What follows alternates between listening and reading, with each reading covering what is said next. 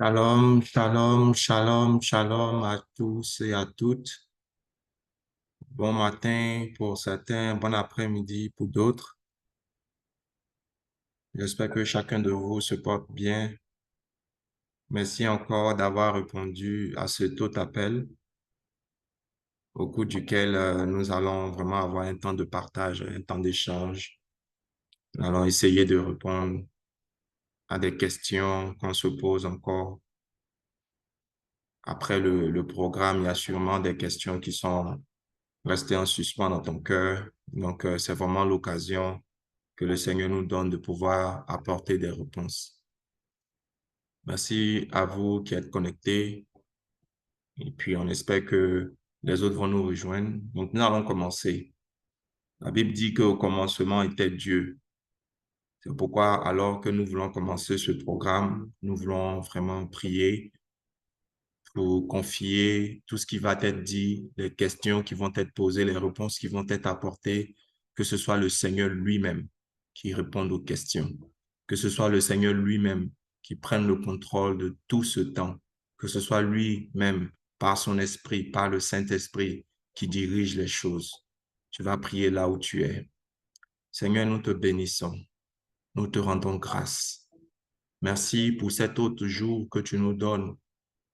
Et en ce jour encore, Seigneur, tu veux nous parler de cette question si importante qui est celle du mariage.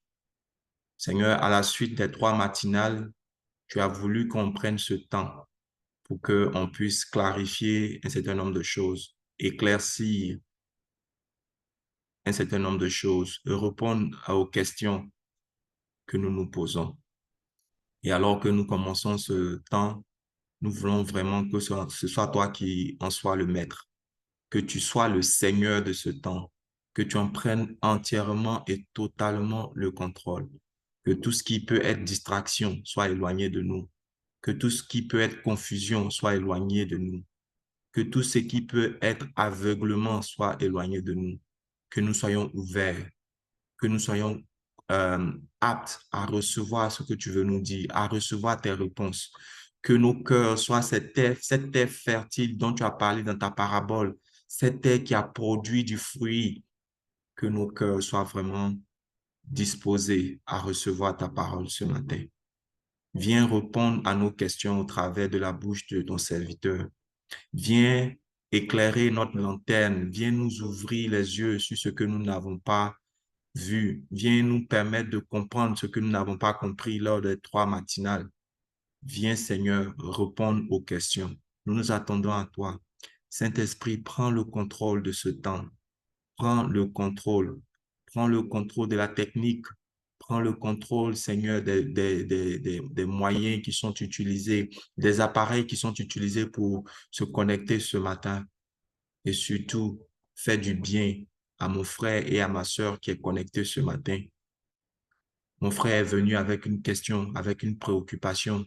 Permets-lui de repartir avec une réponse qui met la joie dans son cœur, une réponse qui lui donne la paix. Ma sœur est venue avec une préoccupation ce matin. Donne-lui cette réponse qui va lui donner une direction divine, qui va lui donner une orientation, qui va lui donner de l'espoir, de l'expérience ce matin. C'est à toi que nous nous attendons, Seigneur. Nous remettons entre tes mains. Prends entièrement le contrôle, Seigneur. Conduis ce temps et que toute gloire te revienne. Amen. Amen. Soyez bénis là où vous êtes. Soyez bénis, frères et sœurs. Alors, si tu es là et tu es actif, tu peux mettre dans le chat Amen. Amen. Mais dans le chat, Amen. Je suis sûr qu'il y a un frère, il y a une sœur qui te vient à l'esprit au moment où tu commences ce programme. Si tu as encore la possibilité, invite cette personne. Le lien est disponible sur les différentes plateformes. Tu peux inviter quelqu'un. Tu peux faire du bien à quelqu'un ce matin. Une réponse va t'être donnée, certainement qui va faire du bien à quelqu'un que tu connais. N'hésite pas. Donc, soyez bénis. Nous sommes à un talk show qui est à la suite de ce programme que nous avons eu depuis le début de cette semaine. Nous avons eu ce programme, ces 3 matinales sur la question du mariage avec le thème plus précisément de saisir la grâce du mariage. Et au cours de ces 3 matinales, nous avons eu du Seigneur des orientations, nous avons eu du Seigneur des sujets de prière. Le Seigneur nous a vraiment recadrés quand il s'agit de prier pour le mariage. Il nous a demandé de prier selon son cœur, selon sa volonté, et que nous puissions véritablement saisir la grâce du mariage. Et le Seigneur nous a conduits vraiment dans ce programme en commençant par nous parler du cœur dont nous avons besoin pour accéder au mariage. Mais avant cela, le Seigneur nous a fait comprendre que nous avons besoin de saisir la grâce du mariage. Même si le mariage est une promesse que le Seigneur nous a faite, même si c'est quelque chose que le Seigneur nous donne, mais nous aussi, on a un effort à faire. On doit tendre la main aussi pour recevoir. On doit recevoir, on doit saisir ce qu'il nous donne. Et parmi les choses qu'on doit faire pour saisir ce qu'il nous donne, le Seigneur nous a dit que nous devons avoir un cœur pur, un cœur pur qui est idéal, un cœur idéal pour saisir la grâce du mariage. Et dans le cœur, on avait dit que le cœur, c'est vraiment le siège des pensées, c'est le siège de notre raisonnement, c'est le siège de notre perception, c'est le siège de nos motivations, de nos mobiles, c'est le siège de notre croyance, de nos idées. C'est vraiment ce lieu-là où euh, c'est vraiment ce lieu-là où nous avons toutes ces pensées liées au mariage. Et le premier jour, le Seigneur nous a vraiment parlé par rapport à ce qu'on doit avoir dans le cœur alors que nous pensons au mariage. Le second jour, le Seigneur nous a dit que c'est lui qui ordonne, qui orchestre, qui planifie et qui met en place la saison du mariage. Il nous a fait comprendre que nous devons le laisser nous conduire. Nous devons le laisser nous conduire. Et nous avons vu l'exemple d'Adam, où c'est le Seigneur lui-même qui s'est levé et qui a décidé de marier Adam. Et vraiment, pour que le Seigneur nous conduise, il nous a demandé de faire un certain nombre de choses. Il nous a demandé de renoncer à ces choses auxquelles nous sommes attachés. Il nous a demandé de renoncer à notre passé.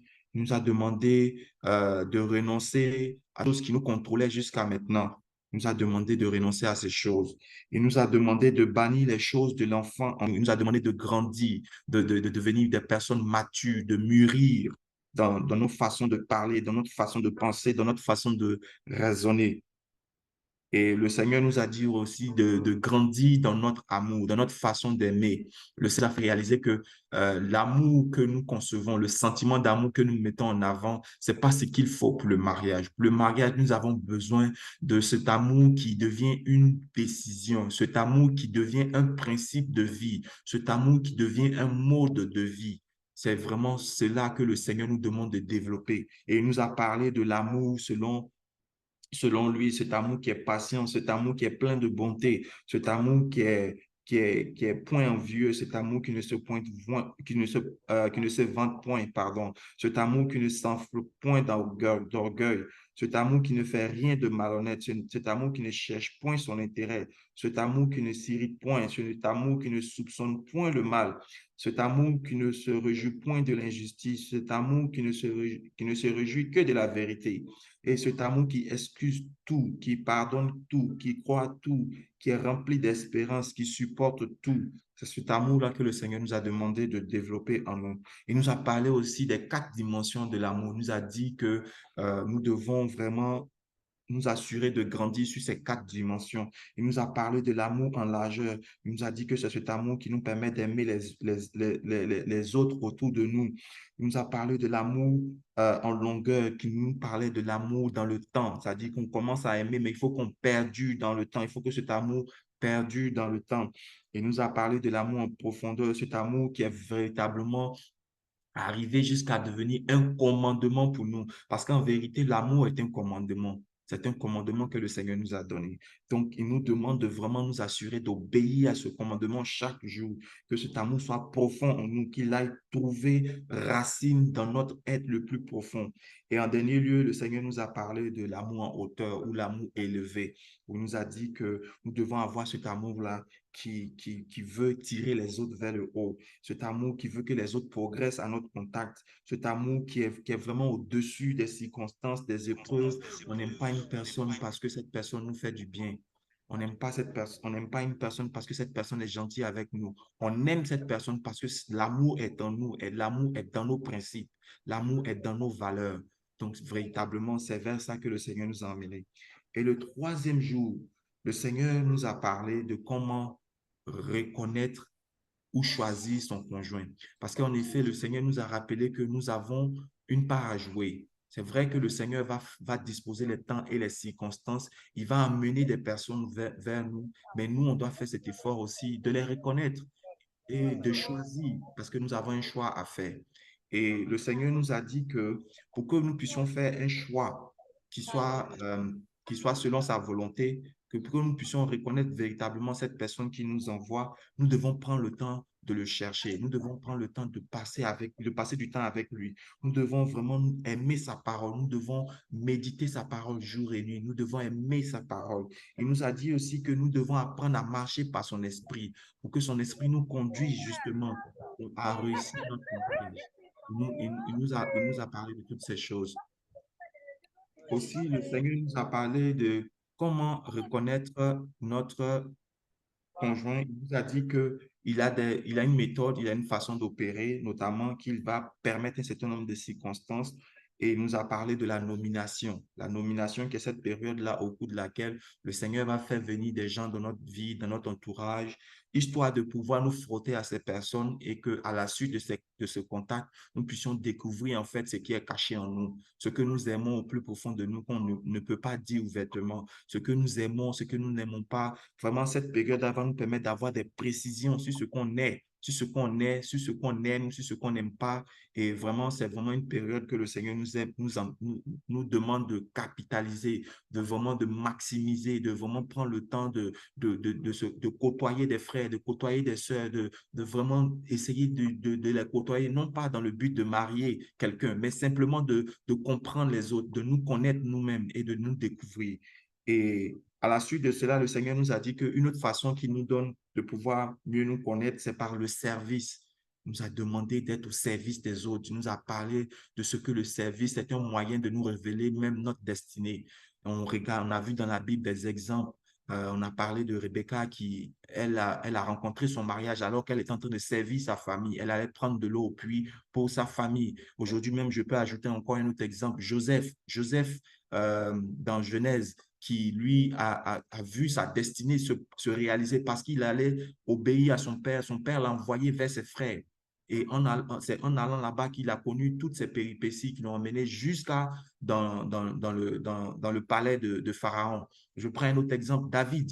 David, c'est en servant son père, en servant ses frères. Son père l'a envoyé vers ses frères. Et c'est en allant là-bas, en faisant ce travail, il s'est retrouvé sur le champ de bataille et il a pu tuer Goliath. C'est en servant son père l'envoyait pour suivre son troupeau. Et c'est en faisant ce service-là qu'il s'est découvert qu'il était un bon berger. Il s'est découvert même, c'est là qu'il a commencé à devenir un grand adorateur parce qu'il était seul avec les brebis. Il a commencé à développer cette capacité à adorer et aujourd'hui, il nous bénit avec les psaumes que nous avons dans la Bible. Donc, le service est vraiment important. C'est vraiment un moyen que le Seigneur met à notre disposition pour découvrir notre destinée, pour découvrir là où on va. Et le Seigneur aussi nous a parlé de la période de la formation, de l'apprentissage.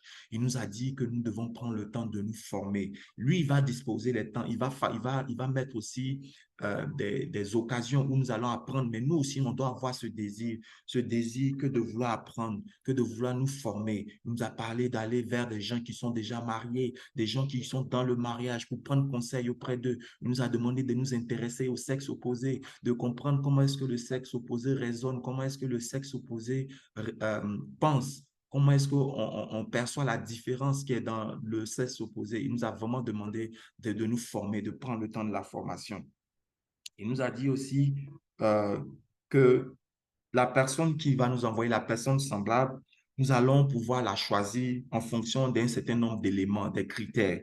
Et il nous a dit que lui, il a des critères sur lesquels qu'il nous donne et qu'on devait mettre ces critères-là en avant. Et ces critères-là vont nous aider à faire un bon choix. Il nous a parlé des critères de ce que nous devons choisir parmi les enfants de Dieu, parmi les disciples de Dieu. Et il nous a expliqué ce qu'il entendait par les enfants de Dieu. Il nous a dit les enfants de Dieu, c'est ceux-là qui aiment sa parole et qui cherchent à la mettre en pratique, ceux-là qui s'efforcent à la mettre en pratique chaque jour.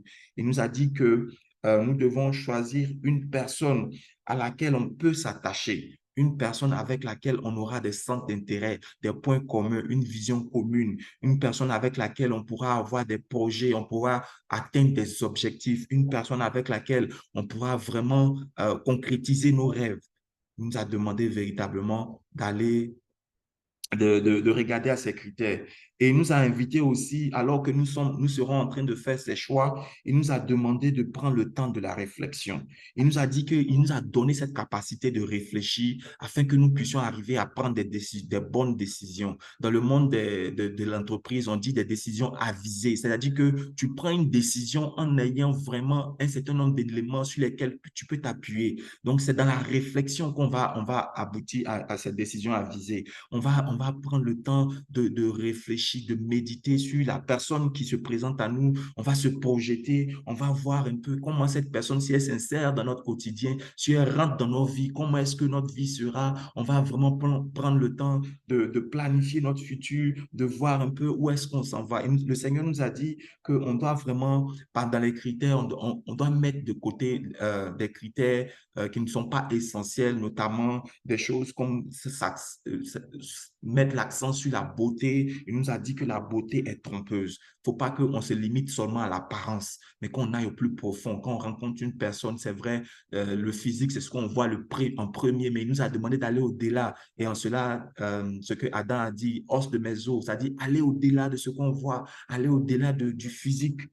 Vraiment, c'est ce que le Seigneur nous a demandé de faire. Et en dernier lieu, le Seigneur nous a dit que nous devons véritablement, quand nous sommes sûrs, quand nous avons vraiment mis en application les critères que nous sommes donnés, que le Seigneur nous a donnés, que nous avons rencontré une personne et que nous pensons que c'est cette personne, que nous devons prendre le temps de nous projeter avec cette personne, que nous devons prendre le temps de s'asseoir et définir quelle est cette relation que nous voulons avoir avec cette personne, définir le type de mariage qu'on veut avoir, définir ce serait quoi la réussite de nos mariages, définir des choses importantes comme comment on gère les difficultés, comment on gère, comment est-ce qu'on prend les décisions dans notre relation, dans notre couple. Le Seigneur nous a demandé vraiment de prendre le temps de parler avec l'autre, de s'accorder sur un certain nombre de choses avant d'aller aux étapes suivantes. Donc, voilà un peu un petit récap, si je ne peux pas appeler ça comme ça, de ce dont le Seigneur nous a parlé. Et nous avons eu conscience que après ce temps de prière, comme nous l'avons précisé même au cours du programme, c'est qu'on ne pouvait pas tout voir. On est allé à l'essentiel, on est allé avec ce que le Seigneur nous a mis à cœur, mais certainement qu'il y a d'autres choses, d'autres aspects que nous n'avons pas couverts, ou même durant ce programme, il y a eu des questions que le programme a suscité en toi. Donc, c'est vraiment l'occasion que le Seigneur te donne vraiment de trouver réponse et vraiment d'approfondir un peu les sujets que nous avons évoqués lors de la matinale. Donc, voilà le but du talk show d'aujourd'hui. Donc, ce que je propose, c'est que nous avons déjà reçu des questions. Nous avons reçu des questions auxquelles on va essayer d'apporter des réponses avec l'aide du Saint-Esprit. Euh, et puis aussi, il y en a d'autres aujourd'hui qui sont là, qui ont des questions. Donc, ce qu'on va faire, premièrement, je vais lire des questions, je vais y répondre, et puis je vais prendre une question aussi dans l'Assemblée pour qu'on ait vraiment une sorte d'équilibre et qu'on avance pour que chacun puisse trouver une réponse à sa question. Donc, si tu es d'accord avec ce mode de fonctionnement, tu peux mettre le pouce dans le chat. Tu peux mettre le pouce dans le chat. Donc, moi, pendant ce temps, je vais prendre la première question que nous avons reçue. Alors, donc là, la première question que nous avons reçue, c'est une sœur qui a posé la question. Elle dit ceci: j'ai rencontré une personne avec qui je m'entends très bien. Je pense que c'est lui. Est-ce que je peux faire le premier pas? Donc, voici la question de la sœur. Elle a rencontré quelqu'un. Elle se demande, est-ce qu'elle peut faire le premier pas? Donc, la réponse que j'aimerais te donner à toi, ma sœur, c'est que, comme on a vu dans le programme, on a vu que le mariage a été institué par Dieu. Ce n'est pas une création des hommes, c'est vraiment Dieu qui l'a institué. Et je pense que dans l'une des matinales, on a même évoqué un passage dans lequel Jésus répondait à des personnes qui lui posaient des questions par rapport au mariage. Et il les a ramenés. Il leur a dit, n'avez-vous pas lu que le Créateur au commencement fit l'homme et la femme? Là, on est dans Matthieu au chapitre 19, au verset 4. N'avez-vous pas lu que le Créateur au commencement fit l'homme et la femme? Ce qu'il voulait dire par là, c'est que le Créateur, quand il a institué le mariage, il a même défini comment le mariage devait se produire.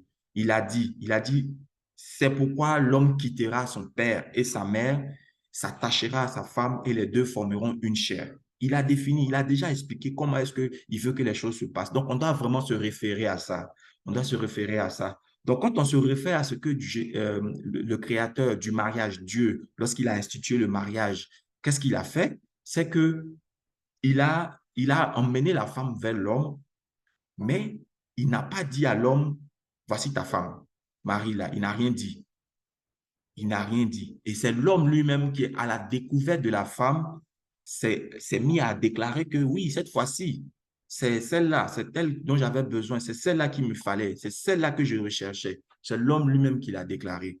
Et quand on regarde aussi ce qui s'est passé en ce moment-là, Ève, la femme, quand elle est venue vers l'homme, elle n'a pas dit un mot.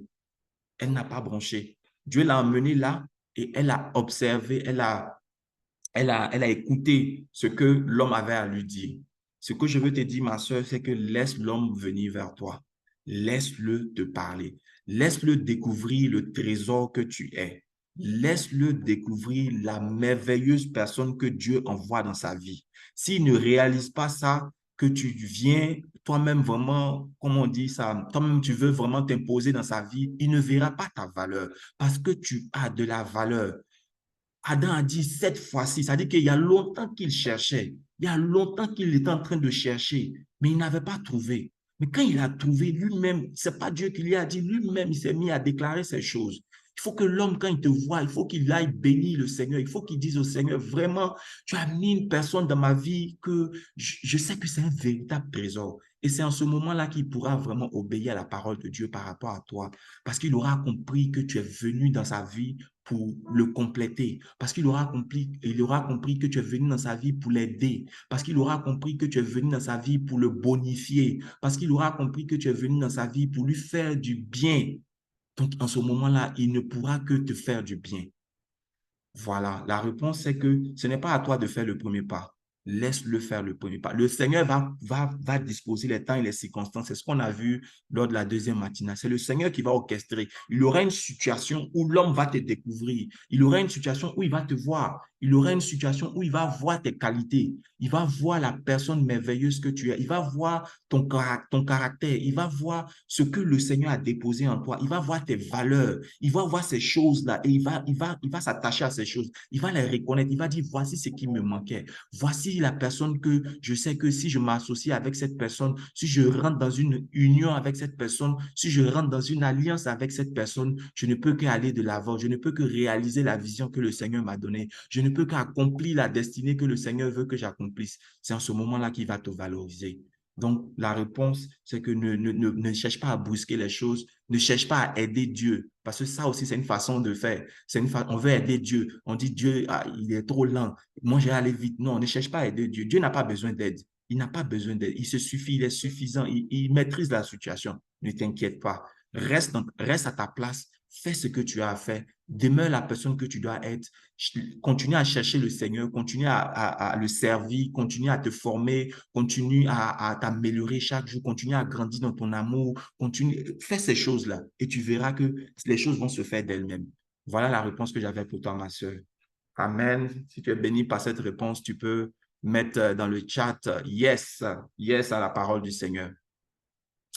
Amen. Donc, ce que je vais faire, je vais prendre une question dans l'auditoire. Si tu as une question, tu peux simplement ouvrir ton micro et poser ta question rapidement.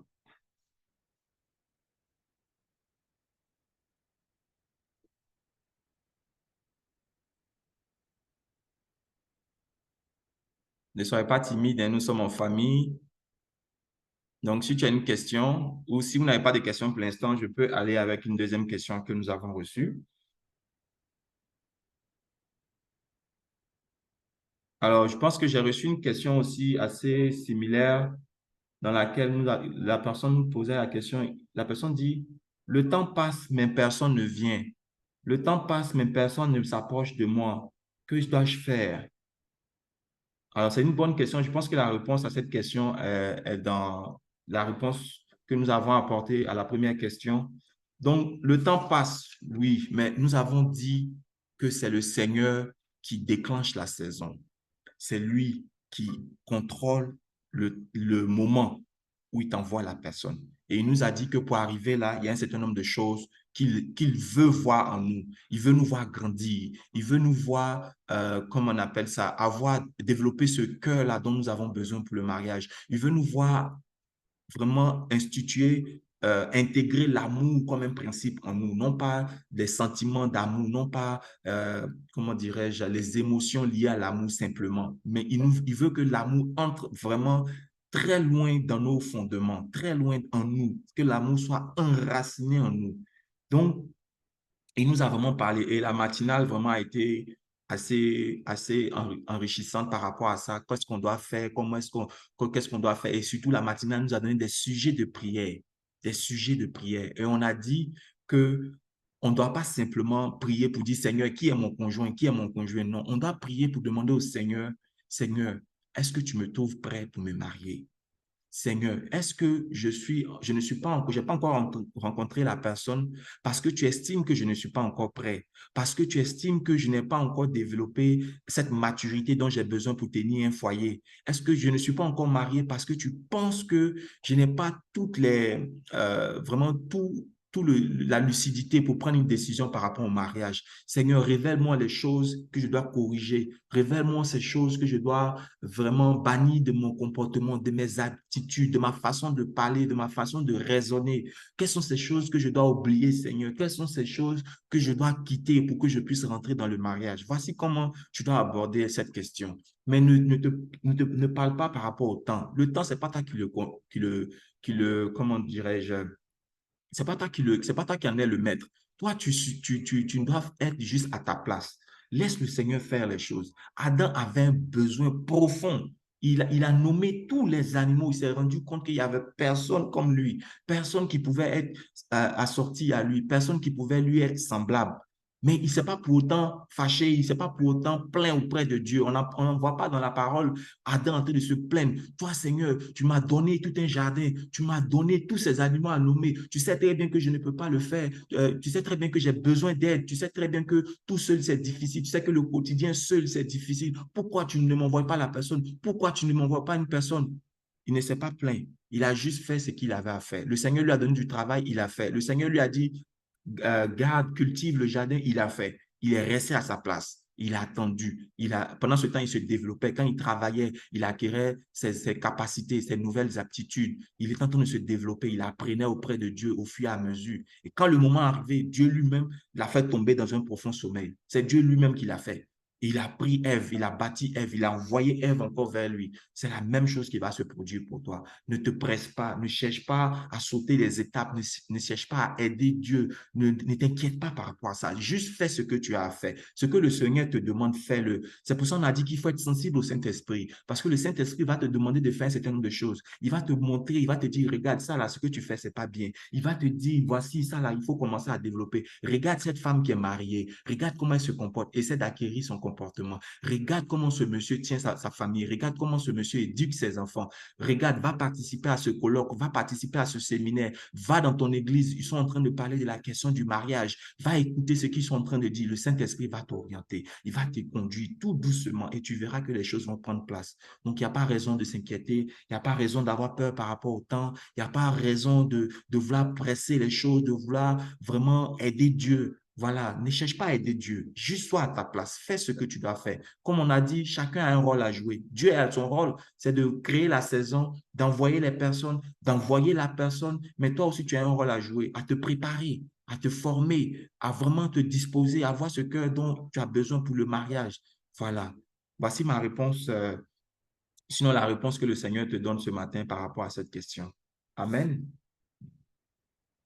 Amen. Si j'ai toujours pas de questions dans l'auditoire, je peux aller avec une autre prochaine question que nous avons reçue.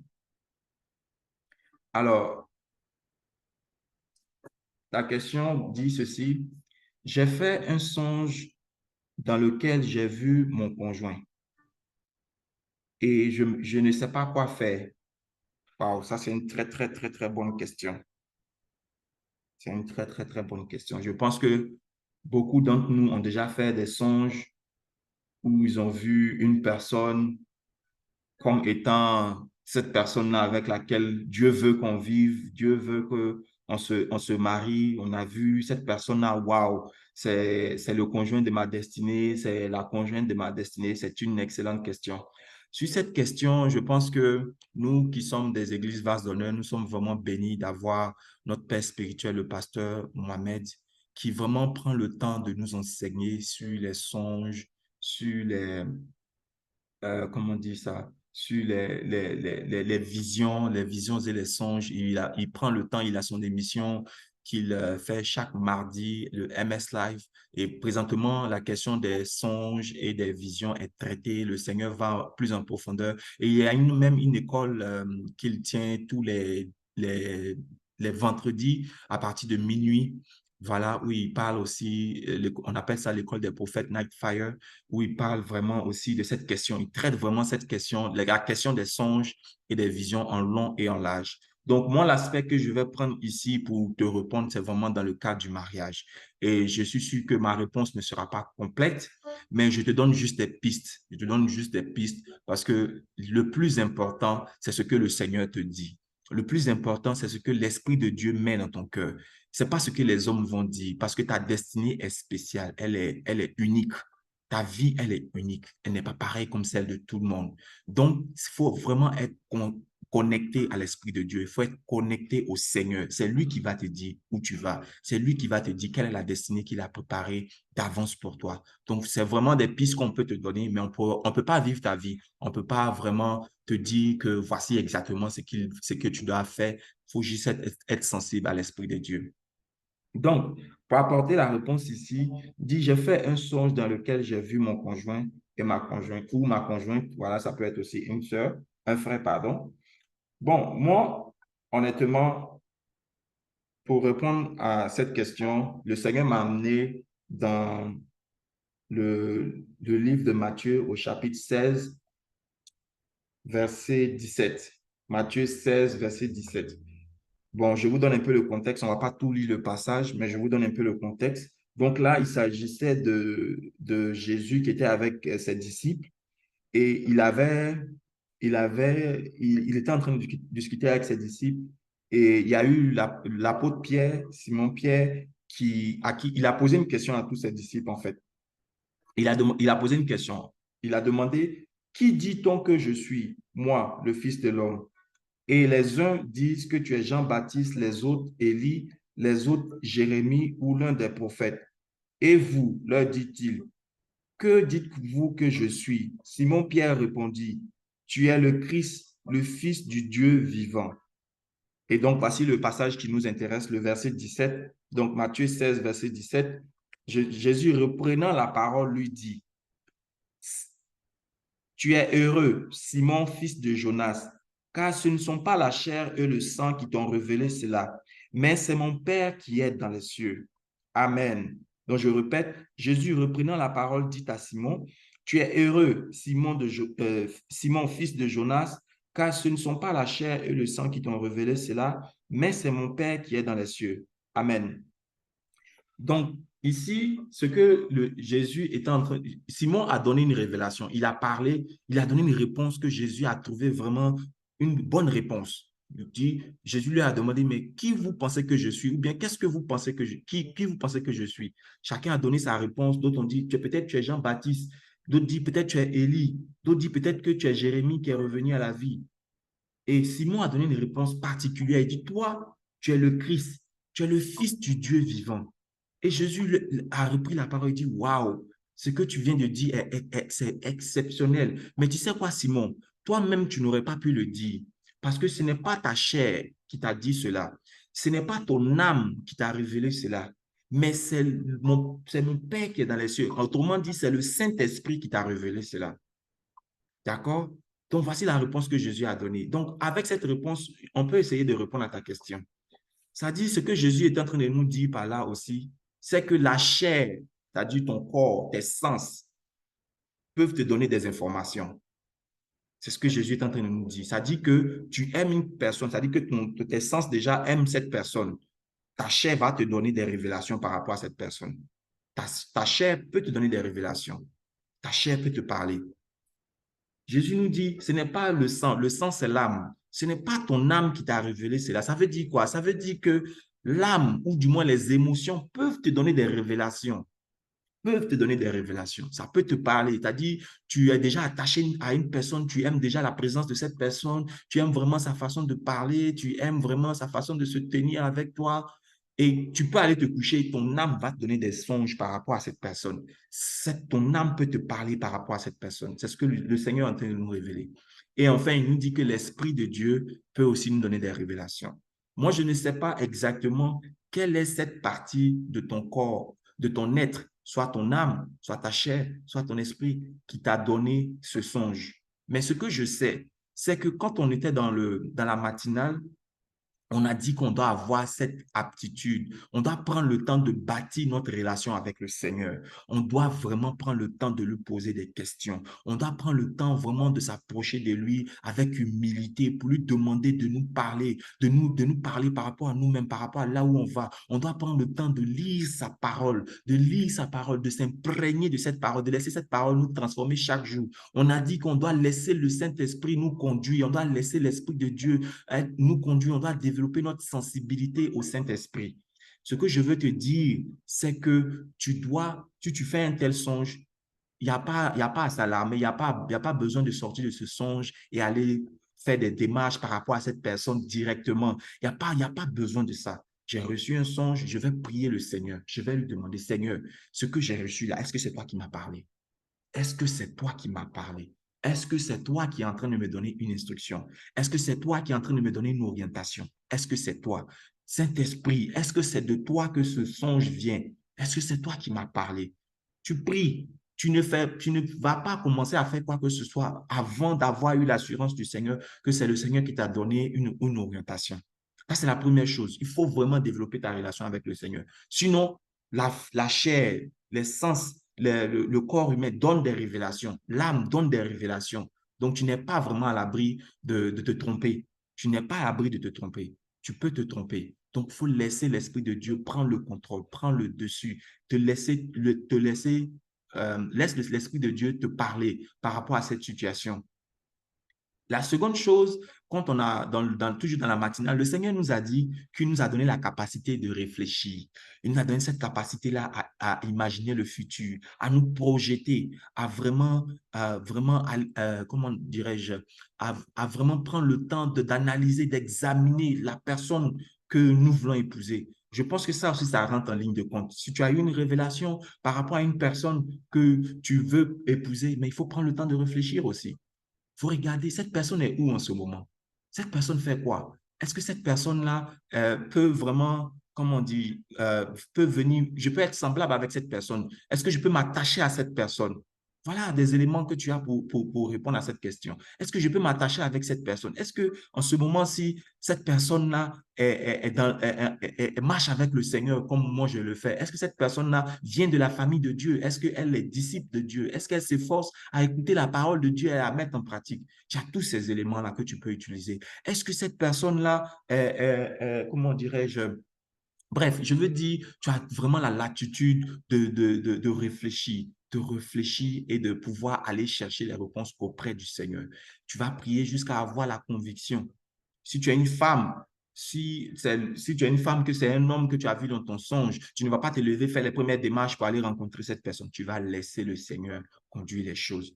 Tu vas laisser le Seigneur le faire. Si tu es un homme que tu as une telle révélation, tu vas prier jusqu'à avoir la conviction. Et maintenant, tu vas aller regarder cette personne-là, tu vas l'étudier, voir est-ce qu'elle correspond à ce que tu attends vis-à-vis de la personne semblable. Est-ce que c'est ce que tu recherches? Tu vas regarder tout cela. Mais ce n'est pas de te lever et puis dire que j'ai reçu un songe automatiquement, c'est la personne de ma destinée. Non. L'autre chose aussi que le Seigneur me demande de te dire, c'est que tu as un choix à faire. Dieu ne va jamais t'imposer une personne.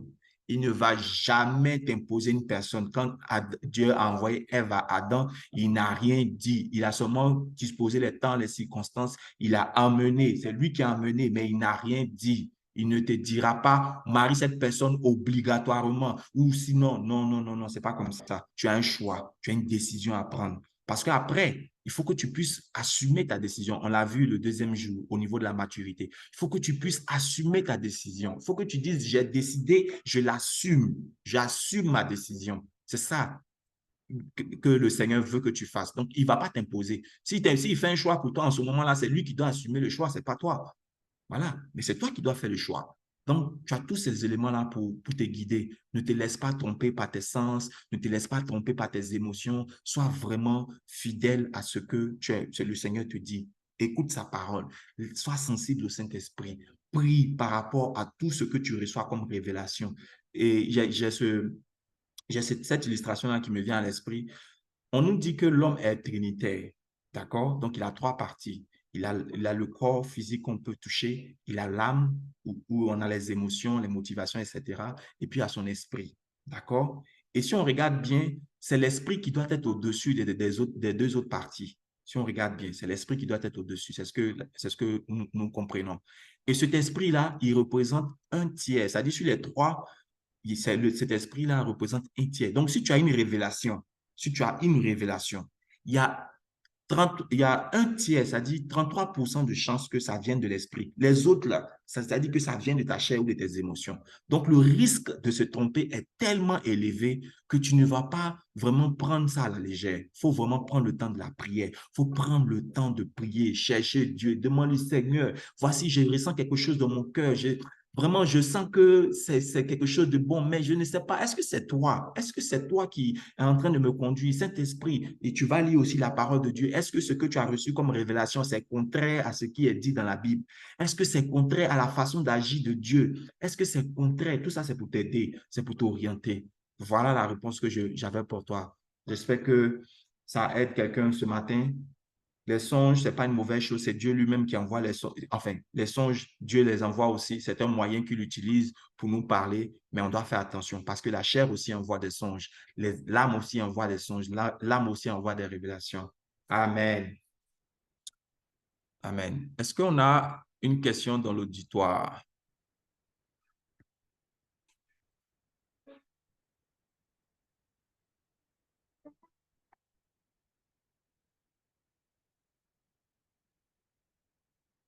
Ok, bon, je vais aller avec une question que j'ai reçue. Alors, ça, c'est une très belle question aussi.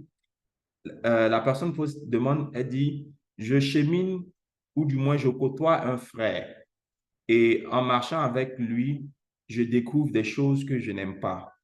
Que dois-je faire?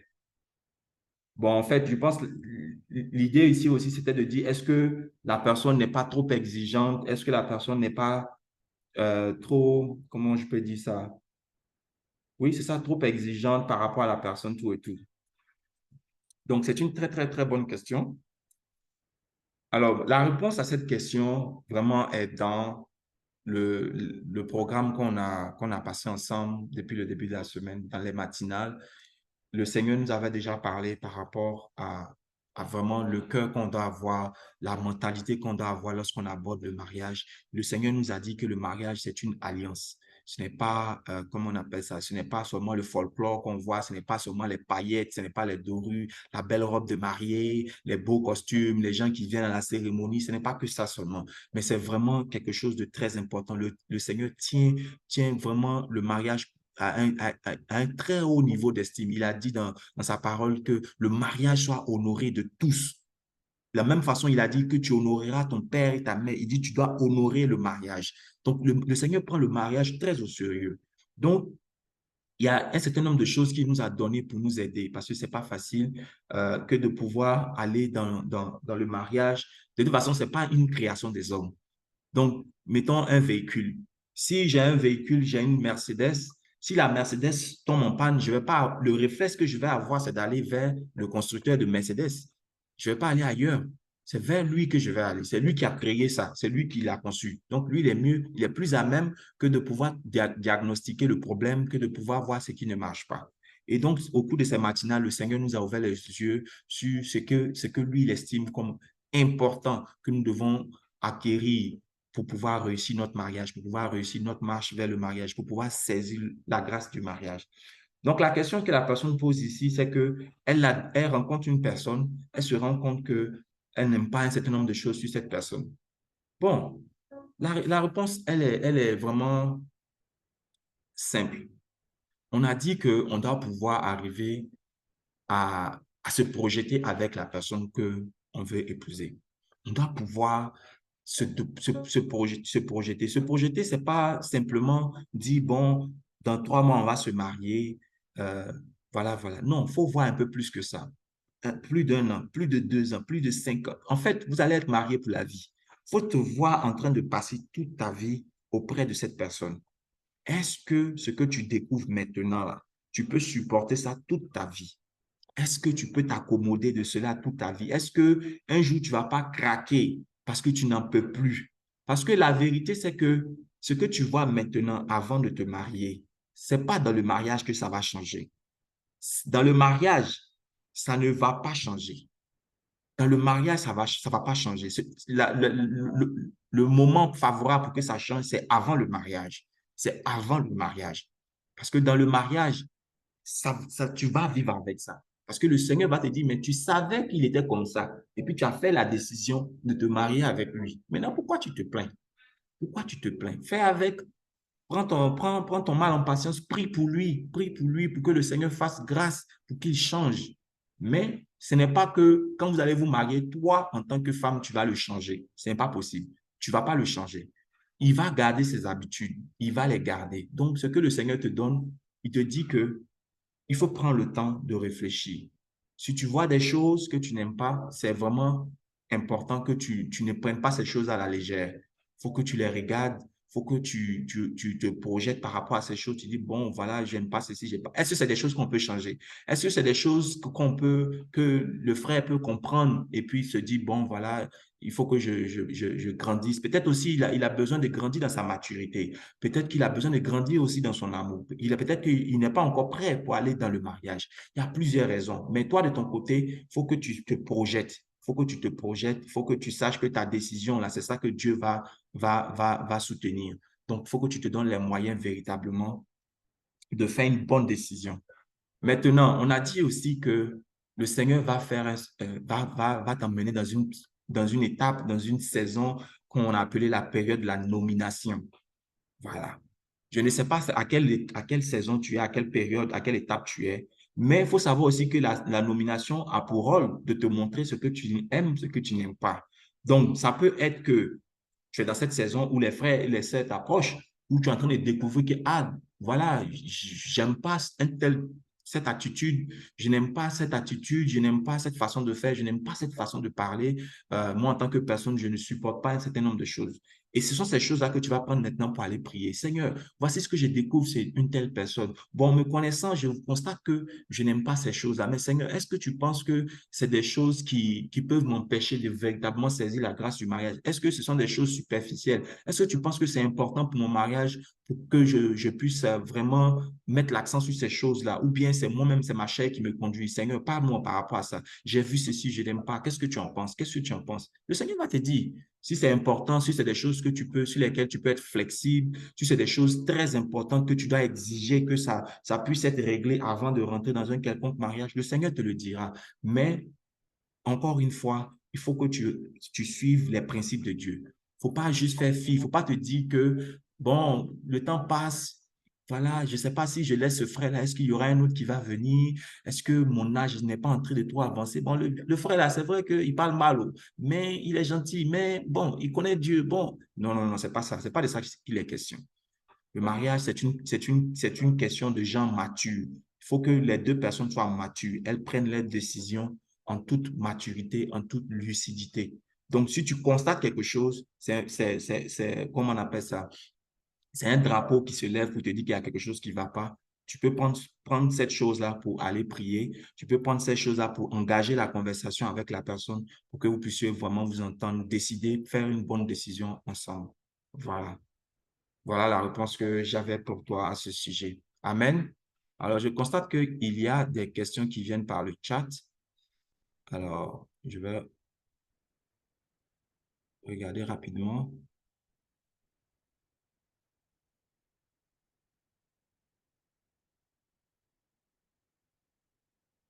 OK. Alors, je lis la dernière question, hein. Je vais remonter un peu plus haut pour les autres questions. Désolé. La personne dit, et si tu découvres que depuis le début du cheminement, le frère t'a menti sur toute la ligne, plein de mensonges de sa part? OK, je vais essayer de bien comprendre la question ici. Si tu découvres que depuis le début du cheminement, la personne t'a menti sur toute la ligne. D'accord, d'accord, je commence à comprendre. Bon, je pense que la réponse aussi est dans les matinales que nous avons passées ensemble. On a dit qu'on doit développer notre relation avec le Seigneur. Il faut que c'est ça qui va t'aider parce que ce que Adam a vu en Ève, ce n'est pas son apparence. C'est-à-dire que ce n'est pas ce qu'elle présentait, ce n'est pas ce qu'elle disait, ce n'est pas l'aspect dans lequel elle était. C'est pas ça qu'il a vu en premier. Il a dépassé ça. Il allait voir ce qui était enfoui en elle, ce qui était caché en elle, ce que elle n'a pas dit mais qui était en elle, ce qu'elle n'a pas révélé mais qui était en elle. C'est ça qu'il a vu d'abord. C'est ça qu'il a vu d'abord et c'est ça qui doit nous intéresser. Il y a ce qu'il va te dire, il y a ce que la personne va te dire, il y a ce que la personne va te présenter, l'extérieur, l'apparence, vraiment les bonnes manières, tout ça, oui, c'est bien, mais c'est pas ça le plus important. Le plus important, c'est ce que tu ne vois pas. Le plus important, c'est ce que tu ne sais pas. Le plus important, c'est ce dont tu ne penses même pas que cette personne est capable de faire. C'est ça qui est le plus important parce que c'est avec ça que tu vas vivre demain. Parce que c'est ça que tu vas côtoyer le jour, au quotidien dans ton mariage. C'est avec ça que tu vas vivre. C'est pas son apparence. Son apparence va changer. Son apparence va changer. Sa manière de s'habiller va changer. Sa manière de se vêtir va changer. Quoi? Sa manière d'être gentil, ça va changer parce qu'il y aura un moment où peut-être il ne pourra pas être gentil. Peut-être il ne pourra pas être cette personne douce qu'il était avant que vous vous mariez. Donc ça, c'est pas ça qui est important, mais c'est ce qui le conduit, c'est son cœur. Son cœur, qu'est-ce qu'il a dans le cœur? Quelles sont ses motivations? C'est-à-dire, lui, il vit pourquoi? Pourquoi est-ce qu'il vit? Pourquoi est-ce qu'il a de telles réactions? Pourquoi il pense comme ça? C'est ça qui est important. Alors, tu dis ici que le frère t'a menti sur toute la ligne, mais si tu découvres que c'est des mensonges, ce qu'il faut faire, c'est que comment dirais-je? Ce qu'il faut faire, c'est que, voilà, là, si quelqu'un te ment, ça veut dire que c'est quelqu'un qui n'a pas grandi quelque part. Il n'a pas un cœur idéal pour le mariage. Parce que dans le cœur, il faut qu'on ait des motivations saines. Il n'a pas un cœur pour le mariage. Il n'a pas grandi parce que certainement, il ment pourquoi? Peut-être qu'il est contrôlé par ses émotions. Ses émotions l'amènent à mentir. On ne sait pas pourquoi il ment. Mais c'est un signe pour toi que ce n'est pas une personne qui est mariable en ce moment. Ça ne veut pas dire que ce n'est pas la personne, mais ça veut simplement dire que pour l'instant, ce n'est pas lui. Pour l'instant, ce n'est pas cette personne. Voilà. Voilà la réponse que j'avais pour toi. Mais vraiment, comme je dis, les matinales, le Seigneur nous a vraiment permis d'avoir des éléments. C'est vraiment ça parce que on veut activer la grâce du mariage, on veut la saisir dans nos vies. Donc, il y a un certain nombre de choses que l'on doit pouvoir mettre en place pour pouvoir saisir cette grâce du mariage. Alors, je lis ici une autre question. Parfois, les jeunes de 19 ans se marient et ils semblent être prêts et décidés. Y a-t-il un âge minimum selon le Seigneur? Amen. C'est une très, très, très bonne question aussi. Est-ce que le Seigneur donne un âge minimum? Alors, on va juste, parce que les réponses que nous voulons donner, c'est vraiment en lien avec le programme. Pour dire que le programme est applicable, pour dire que ce dont nous avons parlé durant les matinales, c'est applicable. Ce n'est pas de la théorie, ce n'est pas vraiment des pensées, ce n'est pas des bonnes idées, mais c'est des choses qui viennent de la parole de Dieu. C'est des choses que le Seigneur vraiment considère. C'est des choses que le Seigneur nous a révélées pour qu'on puisse les mettre en pratique. Donc, voici une question qui dit, est-ce que des gens qui ont 19 ans se marient, est-ce que le Seigneur nous donne un âge minimum pour se marier? Alors, durant les matinales, nous avons vu, euh, je ne sais pas si on en a parlé, on avait vu ce passage-là, mais ce qu'il faut savoir, c'est qu'on parle de maturité dans le mariage. On parle de mûrir. On parle véritablement on parle véritablement de grandir dans sa façon d'être, de grandir dans sa façon de se comporter, de grandir dans sa façon de parler, de grandir dans sa façon de raisonner, de grandir, de développer son amour, de développer un certain nombre de choses.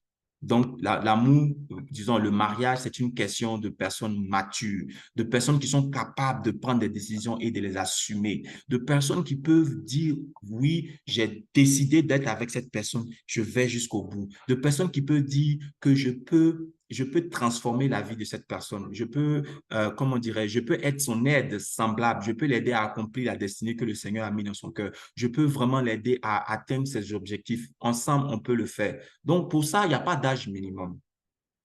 Si on regarde, si on veut regarder ça seulement sur ce point, sur cet angle-là, parce que c'est une question de maturité, donc on ne dira pas qu'on est mature qu'on a 15 ans. On ne dira pas qu'on est mature qu'on a 17 ans. On ne dira pas qu'on est mature qu'on a 50 ans. Parce qu'on voit qu'il y a des gens qui ont 50 ans qui ne sont pas nécessairement matures, qui n'arrivent pas nécessairement à contrôler leurs émotions, qui ne sont pas nécessairement, qui ne développent pas l'amour comme le Seigneur nous l'a présenté. Donc, ce n'est pas ça la question. Ce n'est pas ça simplement la question, mais il y a aussi le fait que nous vivons dans une société. Nous vivons dans une société, nous avons établi des règles dans la société. Le Seigneur dit, tout ce que vous allez lier sur la terre sera lié dans les cieux. C'est-à-dire, tous les engagements que vous allez prendre sur la terre seront aussi pris dans le ciel. Toutes les lois que vous allez mettre sur la terre seront aussi comme des lois dans le ciel. Donc ici, dans la société dans laquelle nous vivons, il y a ce qu'on appelle l'âge de la majorité. Il y a ce qu'on appelle l'âge de la majorité. Même pour aller se marier, parce qu'il faut se marier aussi à la mairie. C'est des lois, c'est des lois qui sont en place qu'il faut respecter. Donc, il y a un âge minimum pour aller se marier. On ne va pas dire à des gens de 12 ans, parce qu'ils semblent être matures, d'aller se marier. La loi ne va pas leur permettre de se marier. Donc, ça aussi, ça nous permet de nous dire un peu où on se situe. Mais sinon, quand il s'agit de Dieu, c'est une question de maturité. Je peux prendre comme exemple le mariage. Bon, c'était un mariage parce que, comment il s'appelle? Abraham s'est marié avec, comment il s'appelle? Agar, comment il s'appelle? La servante de sa femme Sarah. Mais moi, j'avais écouté un enseignement, je n'ai pas vraiment de référence biblique en tant que telle par rapport à ça, mais j'ai cru comprendre que Agar avait 16 ans. J'ai cru comprendre qu'elle avait 16 ans. Donc, elle avait 16 ans et puis elle s'est mariée avec Abraham. Tu vois? Donc, pour dire que ce n'est pas une question d'âge, mais c'est une question de maturité, véritablement. C'est une question de maturité. Maintenant, après, les lois vont nous dire si à tel âge, on peut se marier, etc., etc. Voilà. Donc, la réponse que je peux te donner. Amen. Amen. Est-ce que j'ai manqué une question? Non? D'accord, je peux continuer avec les questions que j'ai reçues. Alors, on a dans les... Alors, voici une question qui dit, j'étais en relation avec une personne et nous avons rompu la relation, mais je n'arrive pas à l'oublier. Toutefois, le frère semble être passé à autre chose. Qu'est-ce que je dois faire? Qu'est-ce que je dois faire? J'étais en relation avec une personne, nous avons rompu la relation, mais je n'arrive pas à l'oublier. Bon, encore une fois, toujours en lien avec ce dont on a parlé durant le programme, on a dit que toutes les personnes que Dieu va nous envoyer, toutes les personnes que le Seigneur va permettre que nous rencontrons, ne sont pas nécessairement des personnes que nous devons marier. Parmi ces personnes-là, pardon, il y a ceux qu'on appelle les animaux. Non pas pour les insulter, non pas pour les rabaisser, non pas pour, comment on appelle ça? Non pas pour, enfin, on les appelle les animaux parce que c'est le terme qui a été utilisé dans la Bible. Mais ce qu'il faut savoir, c'est que les animaux, ce sont des gens qui ne sont pas compatibles à nous, qui ne sont pas nos êtres semblables aussi. D'accord? Donc, ce sont des personnes qui vont être dans notre entourage, qui vont venir dans nos vies à un certain moment, mais qui vont nous montrer un certain nombre de choses. Et à la fin, nous, on pourra dire que ce n'est pas la personne. D'accord? Nous, on pourra déduire de cela que ce n'est pas la personne. D'accord? Donc, je ne sais pas si cette personne-là portait le titre d'animal dans ta vie ou c'était la personne de ta destinée. Je ne le sais pas. Mais ce que je sais, c'est que tu as les moyens de prendre une décision par rapport à cette relation. Tu as les moyens. Et il me semble que votre relation est terminée. Et comme tu l'as dit aussi, le frère est passé à autre chose et il s'est mis avec quelqu'un d'autre. En tout cas, il vit sa vie, il est passé à autre chose. Ce que moi, je t'invite à faire aussi, c'est de passer à autre chose. C'est d'aller intensifier ta relation avec le Seigneur. C'est d'aller vraiment prendre les sujets de prière qu'on a pu évoquer ici au cours de ce programme. C'est d'aller vraiment poser au Seigneur des bonnes questions. Est-ce que ce frère-là, c'était quelqu'un que tu as fait transiter dans ma vie ou bien c'est quelqu'un que je dois vraiment observer? Et puis en plus, tu es la femme. En plus, tu es la femme. D'accord? Donc, tu ne vas pas aller sortir le frère de sa relation dans laquelle il est, fait tout ce qui est manigance pour... Non, non, non. Reste à ta place. Reste à ta place. Laisse-le, laisse-le devenir mature. Laisse-le acquérir le cœur que Dieu veut qu'il ait pour son mariage. Laisse-le se développer. Il faut lui donner le temps. Et toi, pendant ce temps, tu es occupé aussi. Tu es vraiment occupé parce que tu cherches Dieu, parce que tu es dans sa parole. Tu ne manques pas les occasions d'apprendre. Tu ne manques pas les occasions de te former. Cherche Dieu. C'est ça qui est le plus important. Il a dit, recherchez premièrement le royaume de Dieu et sa justice. C'est de ça que tu as besoin d'abord. Laisse toutes ces choses. Il est passé à autre chose, toi passe à une autre chose. Tu rencontres un frère, tu sais déjà que le Seigneur a permis cette possibilité, il a donné cette possibilité que tu rencontres des personnes simplement pour que tu te connaisses mieux, simplement pour que tu découvres en fait ce qui est caché au plus profond de toi, simplement pour que tu aies des précisions sur ce qui est bon pour toi. Donc, tu abordes toute personne que tu rencontres avec cet esprit dans un premier temps.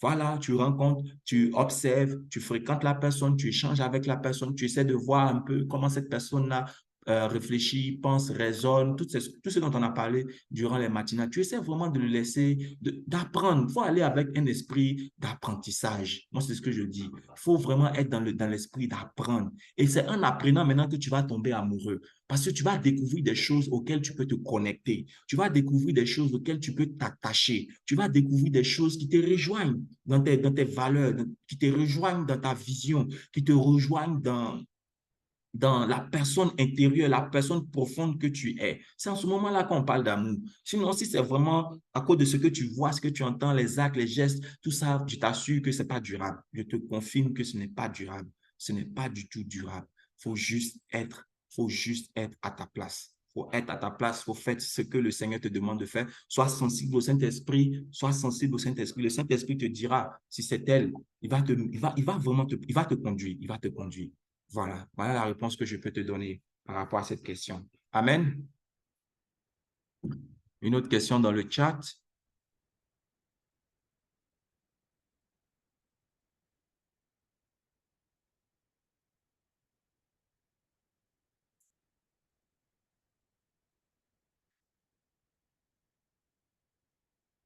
Alors, est-ce que je vois cette question? Le frère dit à la sœur que Dieu lui a parlé et que c'est elle qui doit être sa femme. Il est convaincu de cela, mais la sœur n'a pas reçu cela et n'a pas de conviction ni de paix par rapport à cela. Mais le frère dit que, étant donné que c'est l'homme, le chef de la famille, et donc lui, il a reçu cela du Seigneur. Donc, c'est ça et que Dieu parle pas forcément à la femme tout le temps et que des fois, c'est l'homme seulement qui reçoit des directives. Dans ce cas de figure, faut-il juste suivre ou est-ce que le fait de voir la conviction de la part du Seigneur est une façon de ne pas croire à ce que l'homme, le chef, a reçu et donc de s'y opposer? Ok, j'avoue que je n'ai pas encore compris la question, donc je vais la relire tout doucement. Le Seigneur dit à la sœur que Dieu lui a parlé et que c'est elle qui doit être sa femme. Il est convaincu de cela, mais la sœur, elle, n'a pas reçu et n'a pas de conviction ni de paix par rapport à cela. Mais le frère dit que, étant donné que c'est lui l'homme, le chef de la famille, et donc il a reçu donc que Dieu parle pas forcément à la femme. Ah, ok, d'accord. D'accord, d'accord, d'accord. OK, bon, je ne sais pas la personne qui pose la question, si c'est un homme ou c'est une femme, je ne sais pas, mais bon, ce que je comprends dans la question ici, c'est que il y a une personne, il y a l'homme qui vient approcher une femme et il lui dit, le Seigneur m'a dit que c'est toi qui es ma femme, et la femme, elle n'a pas reçu la même conviction. Donc, lui, l'homme, parce qu'il dit que oui, c'est normal qu'elle n'ait pas reçu la conviction. Donc, par rapport à cela, euh, c'est lui l'homme, donc c'est lui qui a reçu la directive. Donc la femme doit vraiment se plier à ça, si j'ai bien compris. Si j'ai bien compris. Bon, honnêtement, ça c'est une question qui sort un peu. Bon, c'est une bonne question, on va le dire ainsi, parce que je pense qu'il y a beaucoup de personnes qui raisonnent comme ça, se disent que, voilà, en tant qu'homme chef, certainement que c'est à l'homme que Dieu donne la vision. Et donc, voilà, c'est lui qui va conduire le foyer, donc c'est lui qui va conduire la famille. Et donc, si lui, il pense quelque chose, il a une conviction, la sœur, si elle n'a pas compris, si elle n'a pas reçu cette conviction, c'est pas bien grave, mais dans tous les cas, c'est lui l'homme. OK, très bonne question. Déjà, par rapport à notre programme, parce que je vais toujours nous ramener au programme, ce qui est important, on a compris que le mariage, c'est une affaire de décision. C'est une affaire de décision. Donc, l'homme va prendre une décision, la femme va prendre une décision. J'en veux pour preuve l'histoire du mariage de Isaac et, comment il s'appelle, Rebecca. Quand le serviteur a trouvé la femme idéale pour Isaac, il a fait une chose. Il est allé chez les parents de, comment elle s'appelle, Rebecca, et là-bas, il a dit qu'il veut la prendre pour aller avec elle, pour la marier au fils de son patron. Et les parents ont eu une réaction. Ils ont dit, bon, on va demander à la jeune fille ce qu'elle en pense. Et ils ont demandé à Rebecca, Rebecca, est-ce que tu veux aller avec le monsieur? Et c'est Rebecca qui a répondu par l'affirmative. Elle a dit oui, elle veut aller. Pour dire que c'est une affaire de décision, c'est une affaire de choix. L'homme est le chef de la famille. C'est après le mariage qu'il devient le chef. C'est pas avant. Il n'est pas le chef de la femme. Une personne que que tu n'as pas épousée, tu n'es pas son chef. Tu n'es pas du tout son chef. Tu es le chef de la famille, le chef du foyer que le Seigneur te donne de construire. Oui, mais avant cela, chacun est libre de prendre sa décision. Chacun est véritablement libre. Si toi, tu as la conviction que c'est la sœur que tu dois marier, ben, c'est ta conviction. Mais il faut qu'elle aussi, elle ait cette conviction. Au moment où toi, tu as cette conviction, peut-être que tu as un niveau de maturité qu'elle n'a pas encore. Peut-être qu'au moment où toi, tu as cette conviction, peut-être qu'elle, euh, bon, je ne sais pas, mais je veux dire, tu ne vas pas imposer ton choix à une autre personne parce qu'elle aussi, elle doit décider. Elle a son mot à dire. Elle a son mot à dire. Si le Seigneur t'a convaincu, laisse le même Seigneur la convaincre. Pour toi, il ne t'a pas forcé à recevoir sa conviction. Donc, elle aussi, il ne faut pas la forcer. Faut pas la forcer, faut lui laisser le temps d'arriver à ce niveau de maturité. Voilà, il faut lui laisser le temps. Tu n'es pas encore son chef, tu n'es pas encore son chef. Vous n'êtes pas marié. Elle a sa décision, elle a son mot à dire dans l'histoire, elle a son mot à dire. Si elle ne le sent pas, elle ne le voit pas, elle n'est pas là-bas, ce n'est pas un problème. On ne va pas venir lui imposer ça, la forcer pour dire non, c'est moi j'ai la conviction. Non, c'est ta conviction. C'est ta conviction. Ce n'est pas la conviction de tout le monde. Voilà. Donc, voici la réponse que je peux donner par rapport à cette question. Je pense que j'espère avoir bien compris la question et surtout d'y avoir bien répondu. Amen. Alors, moi, je pense que c'est toutes les questions que je... Non, si, j'ai une autre question ici. Alors, voici une question qui nous est donnée. Dit, comment saisir la grâce du mariage si on est tous les deux chrétiens, mais d'églises différentes? Est-ce que ça serait mal aux yeux du Seigneur que moi, la femme, je veuille rester d'une confession religieuse, que mon conjoint, ok, je souhaite rester dans ma confession religieuse et que mon conjoint souhaite que je puisse adhérer à sa confession religieuse? Voilà, je pense que c'est ça, hein. La question n'est pas si bien formulée, mais si je comprends bien, est-ce que le Seigneur euh,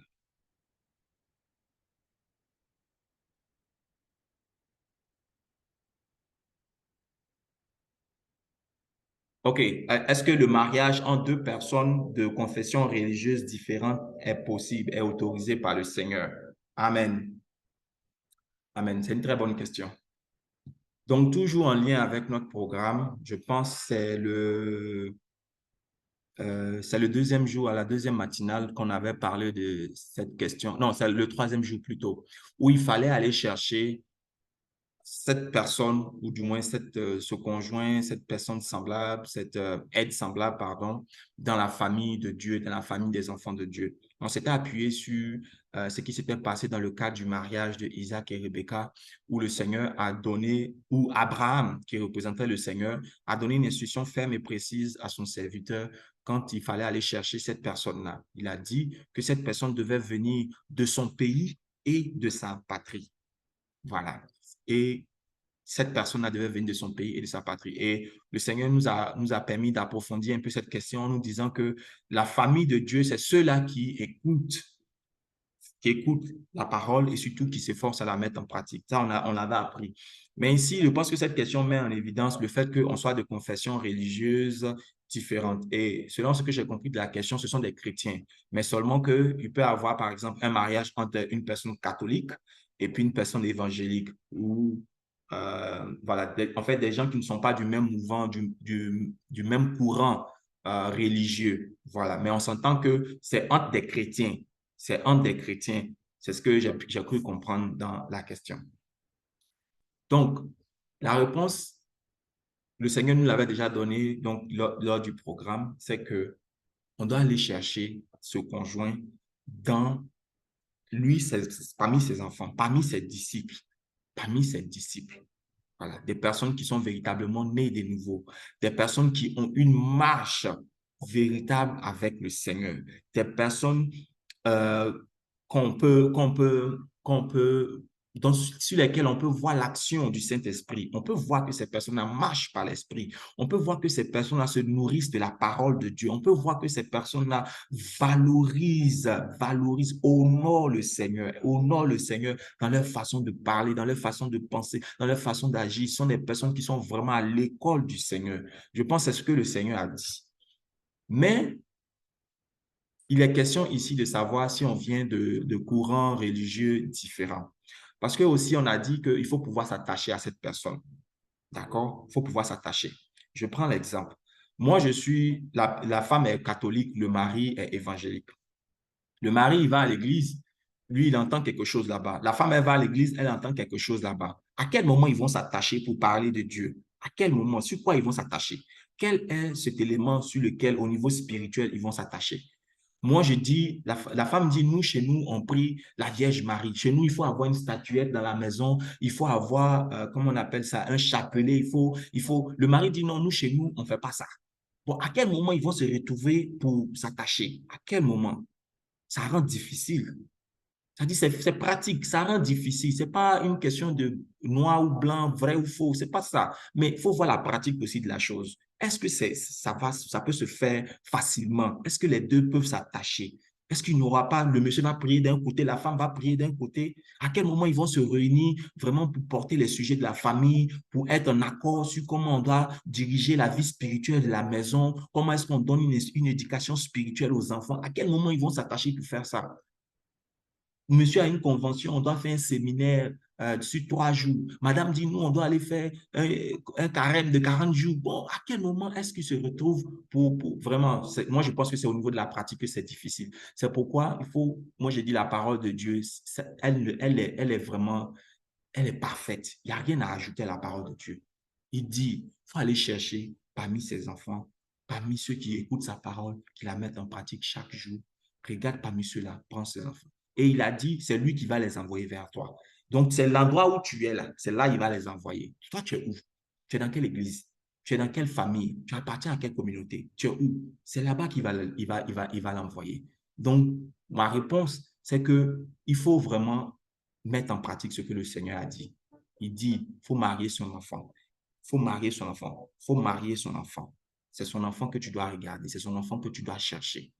Voilà. Si toi-même tu regardes. Et puis maintenant, il y a une autre chose aussi qui m'est venue, c'est que quand on dit il faut examiner la personne, il faut l'étudier, il ne s'agit pas de venir lui poser la question, mon frère, toi, là, comment on appelle ça? Est-ce que tu écoutes la parole de Dieu chaque jour? Et puis, il va te dire oui. Et puis, tu dis d'accord.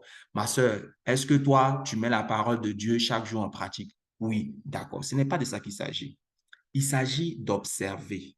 Il s'agit de regarder, de voir l'action de Dieu sur cette personne. Je pense que toi aussi, tu es en communion avec le Seigneur.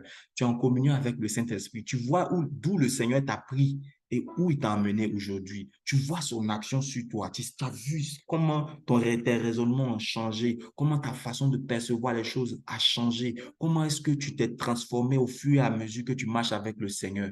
Donc, c'est véritablement des choses comme ça que tu dois aller chercher chez l'autre. Comment est-ce qu'il voit la vie? Comment est-ce qu'il perçoit les choses? Voilà. Donc, c'est en l'observant, en le regardant. Et tu verras, l'esprit va te mettre dans le cœur des choses que tu verras. Tu vas dire, oui, mais je ne peux pas m'attacher avec une telle personne parce que. Et au fur et à mesure. Encore une fois, c'est le Saint-Esprit qui va t'aider, le Seigneur et sa parole qui vont t'aider. Donc, il faut vraiment, vraiment être sensible à toutes ces choses-là. Voilà la réponse que je peux donner sur cette question. Amen. Amen. Est-ce que moi, j'en avais une autre encore?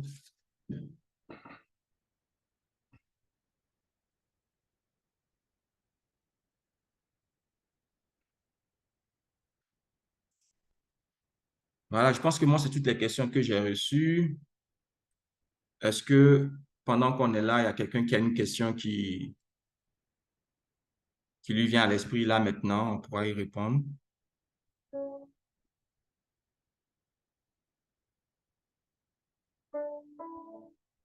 Amen. Alors, plus d'autres questions? OK. Nadia, tu peux ouvrir ton micro et poser ta question? Ok. Bonjour, papa. Bonjour. Ouais, j'aimerais savoir, est-ce que nous, les chrétiens, c'est bon d'être en relation sans mariage? Amen. Amen. Quand tu dis en relation, est-ce que tu veux dire vivre avec la personne Non, comme copinage. comme copinage? C'est-à-dire, faut me donner un peu plus de détails. Sortir avec quelqu'un, mais l'homme est ailleurs, toi aussi tu es ailleurs. Est-ce que c'est bon Mhm. en tant Mais que nous, les chrétiens? vous voyez, comment on dit ça? Euh, vous vous côtoyez, c'est ça? Vous avez Oui, des moments où vous vous sortir, faire rencontrez, tout mais ensemble, oui. d'accord, mais En tant chacun que nous, les vit de son oui, côté. oui. Bon, c'est une très, très bonne question. J'ai demandé que tu précises un peu parce que le copinage dans le monde, ou du moins les relations dans le monde, ce n'est pas la même façon euh, que le Seigneur voit les choses, d'accord? Et nous, ici, notre référence, c'est la Bible. Notre référence, c'est ce que Dieu dit. Voilà. C'est sur ça que nous, on s'appuie. Le Seigneur dit ceci. Il dit, c'est pourquoi l'homme quittera son père et sa mère et s'attachera à une femme et tous deux deviendront une seule chair. D'accord? Donc, dans ce passage-là, le Seigneur nous donne le processus pour arriver à devenir une seule chair, c'est-à-dire à devenir un couple, à devenir, comment on appelle ça? Euh, à se marier. C'est le cheminement. Faut quitter, il faut s'attacher, et puis après, on forme une seule chair. D'accord? Cela veut dire quoi? Ça veut dire quoi? Quand on était dans le programme, on a dit qu'on devait aller chercher des éléments d'attachement avec la personne. Ce qui veut dire que c'est à l'observation, c'est à la fréquentation, c'est en parlant avec la personne, c'est en ayant des activités peut-être avec la personne qu'on va pouvoir découvrir ces choses-là. C'est pas sur la base de ce que cette personne va nous dire. Ce n'est pas une affaire de dire, mon frère, sur quoi toi et moi on peut s'attacher, puis il va te citer la liste. Toi aussi, tu as cité ta liste et puis vous allez comparer pour dire non, ah d'accord, je vois qu'ici, non, c'est pas ça. Ça dit que tu dois vraiment observer, c'est-à-dire tu dois le fréquenter, tu dois parler avec la personne pour voir comment cette personne raisonne. C'est-à-dire, toi, tu viens comme euh, de façon, comment je vais dire ça, de façon subtile, quoi. C'est-à-dire, faut pas laisser transparaître que tu es en train de faire une enquête. Faut pas laisser transparaître que tu es en train tu es en train de collecter des informations sur lui. Non, c'est vraiment naturellement, mais tu es obligé de passer par ces étapes-là pour que tu puisses avoir des réponses. D'accord? Peut-être occulte, en l'observant dans son département, en l'observant. Vraiment, tu as des occasions pour acquérir des informations. Ce que je veux dire, c'est que pour trouver les éléments d'attachement, tu es obligé de fréquenter la personne. Tu es obligé d'avoir au moins un certain nombre de contacts. Donc, ce qui veut dire que Dieu n'est pas contre les contacts. Il n'est pas contre les, je ne sais pas, on peut donner le nom qu'on veut, mais je peux dire c'est une fréquentation que vous faites. Vous n'avez pas d'engagement, vous n'avez pas de, comment on appelle ça, vous n'avez pas, vous ne dépendez pas l'un de l'autre. Voilà, chacun est à sa place. Mais vous devez vous rencontrer, vous devez vous côtoyer. Voilà, pour que Adam puisse dire à Ève, voici cette fois-ci, fallait qu'il la voie. Fallait qu'il vienne pour qu'il se rencontre. Donc, c'est ça, il faut pouvoir se rencontrer. Et il y a tellement d'occasions aujourd'hui que le Seigneur permet pour qu'on puisse se rencontrer. On peut se rencontrer à l'église, on peut se rencontrer parce qu'on est en train de faire un service ensemble à l'église, on peut se rencontrer au travail, on peut se rencontrer à l'école. Oui, mais c'est l'occasion pour fréquenter la personne, mais pas pour tout de suite, en même temps, on commence à vivre ensemble, ouais, en même temps, on a des gros engagements. Non, non, non, c'est vraiment pour s'observer, pour se regarder, pour vraiment répondre à ces questions qu'on a. Comment cet homme-là voit les choses? Quelles sont ses valeurs? Qu'est-ce qui le caractérise? Quel est son caractère? Est-ce qu'il est quelqu'un qui est tout le temps en colère? Est-ce qu'il est quelqu'un qui est facile, il est doux? Voilà. Mais tu ne poseras pas des questions nécessairement, mais tu observeras, tu le mettras en situation, voilà, tu pourras envoyer des sujets sur lesquels vous allez débattre, vous allez échanger. Puis bon, au fur et à mesure, tu prends tes réponses, au fur et à mesure, et puis c'est avec ça que tu avances. Et ce sont ces choses-là qui vont te permettre demain de faire une décision et de dire oui, je choisis d'être avec cette personne et le Seigneur va t'accompagner. Amen. Amen. Alors, je pense qu'on a une autre question. On dit, j'étais avec un frère après avoir mis fin au cheminement et il n'y a pas de frère sérieux qui viennent vers moi. Que dois-je faire? Je pense qu'on a déjà répondu à cette question, hein. C'est vraiment de rester à sa place. Il faut faire ce que le Seigneur a dit. Il faut que tu te formes, il faut que tu te développes, il faut grandir en maturité. Faut pas regarder la montre. Faut pas regarder la montre. Faut pas regarder mon âge avance. Parce que tout ça, ça va t'envoyer des émotions dont tu n'as pas besoin. Ça va te mettre une pression dont tu n'as pas besoin. Pour faire une décision, on a besoin d'être lucide. On a besoin d'avoir toutes ces capacités, toutes ces facultés. Surtout une décision comme celle du mariage, tu as besoin d'être vraiment rempli de toutes tes facultés. Tu as besoin de tout à ton avantage. Tu ne peux pas faire une décision pareille en ayant la peur. Tu ne peux pas faire une décision pareille en ayant une pression. Mes parents disent, ah, le temps avance, l'âge avance. Ah, il n'y a personne. Non, c'est pas dans ça là que tu peux faire une bonne décision. Je t'assure, c'est pas dans ça. Tu as besoin de tout ton calme, tu as besoin de la paix, tu as besoin d'être assuré. Toi-même, tu dois être en assurance que tu es en train de faire un bon choix. Tu es en train de faire un choix de qualité. Tu es en train de faire un choix pour la vie. Parce que le mariage, c'est pour la vie. Le mariage, c'est une destinée. C'est un moyen d'atteindre sa destinée. Donc, tu es en train de faire un choix vraiment important. Donc, tu as besoin de toutes tes capacités. Voilà. Faut pas que quelqu'un te mettre une quelconque pression. Faut pas que ce soit le temps qui te mette une pression. Faut pas que ce soit l'âge qui te mette une pression. Faut pas que ce soit la famille qui te mette une pression. Faut pas que ce soit un homme qui vient te dire, écoute, là, moi, je te donne 2 jours. Si tu ne me dis pas oui, je passe à autre chose. C'est pas ça qui doit t'emmener à prendre une décision pour le mariage. Non. Tu dois avoir toutes tes capacités, toutes tes facultés. Tu dois être en paix. Tu dois être réaliste avec toi-même. Tu dois être consciente que tu es en train de prendre une décision importante, très importante pour ta vie. Donc, tu ne peux pas prendre ça à la légère. Tu ne peux pas prendre ça sur un coup de tête. Tu ne peux pas prendre ça sur un coup de foudre. Tu ne peux pas prendre une décision sur un coup de foudre. Non, tu dois prendre le temps de la réflexion, te projeter, regarder là où tu vas et où cette personne va. Est-ce que vous pouvez aller dans le même sens? Est-ce que vous pouvez faire des choses ensemble? Est-ce que vous pouvez développer une amitié ensemble? Voilà. Donc, ce sont ces choses-là il faut rechercher. Il y a quelqu'un qui dit qu'il m'a envoyé une note vocale. J'ai pas. Vous pouvez ouvrir le micro et poser votre question, s'il vous plaît. Je pense avoir répondu à toutes les questions que j'ai reçues. Allez-y, ouvrez le micro, posez votre question rapidement.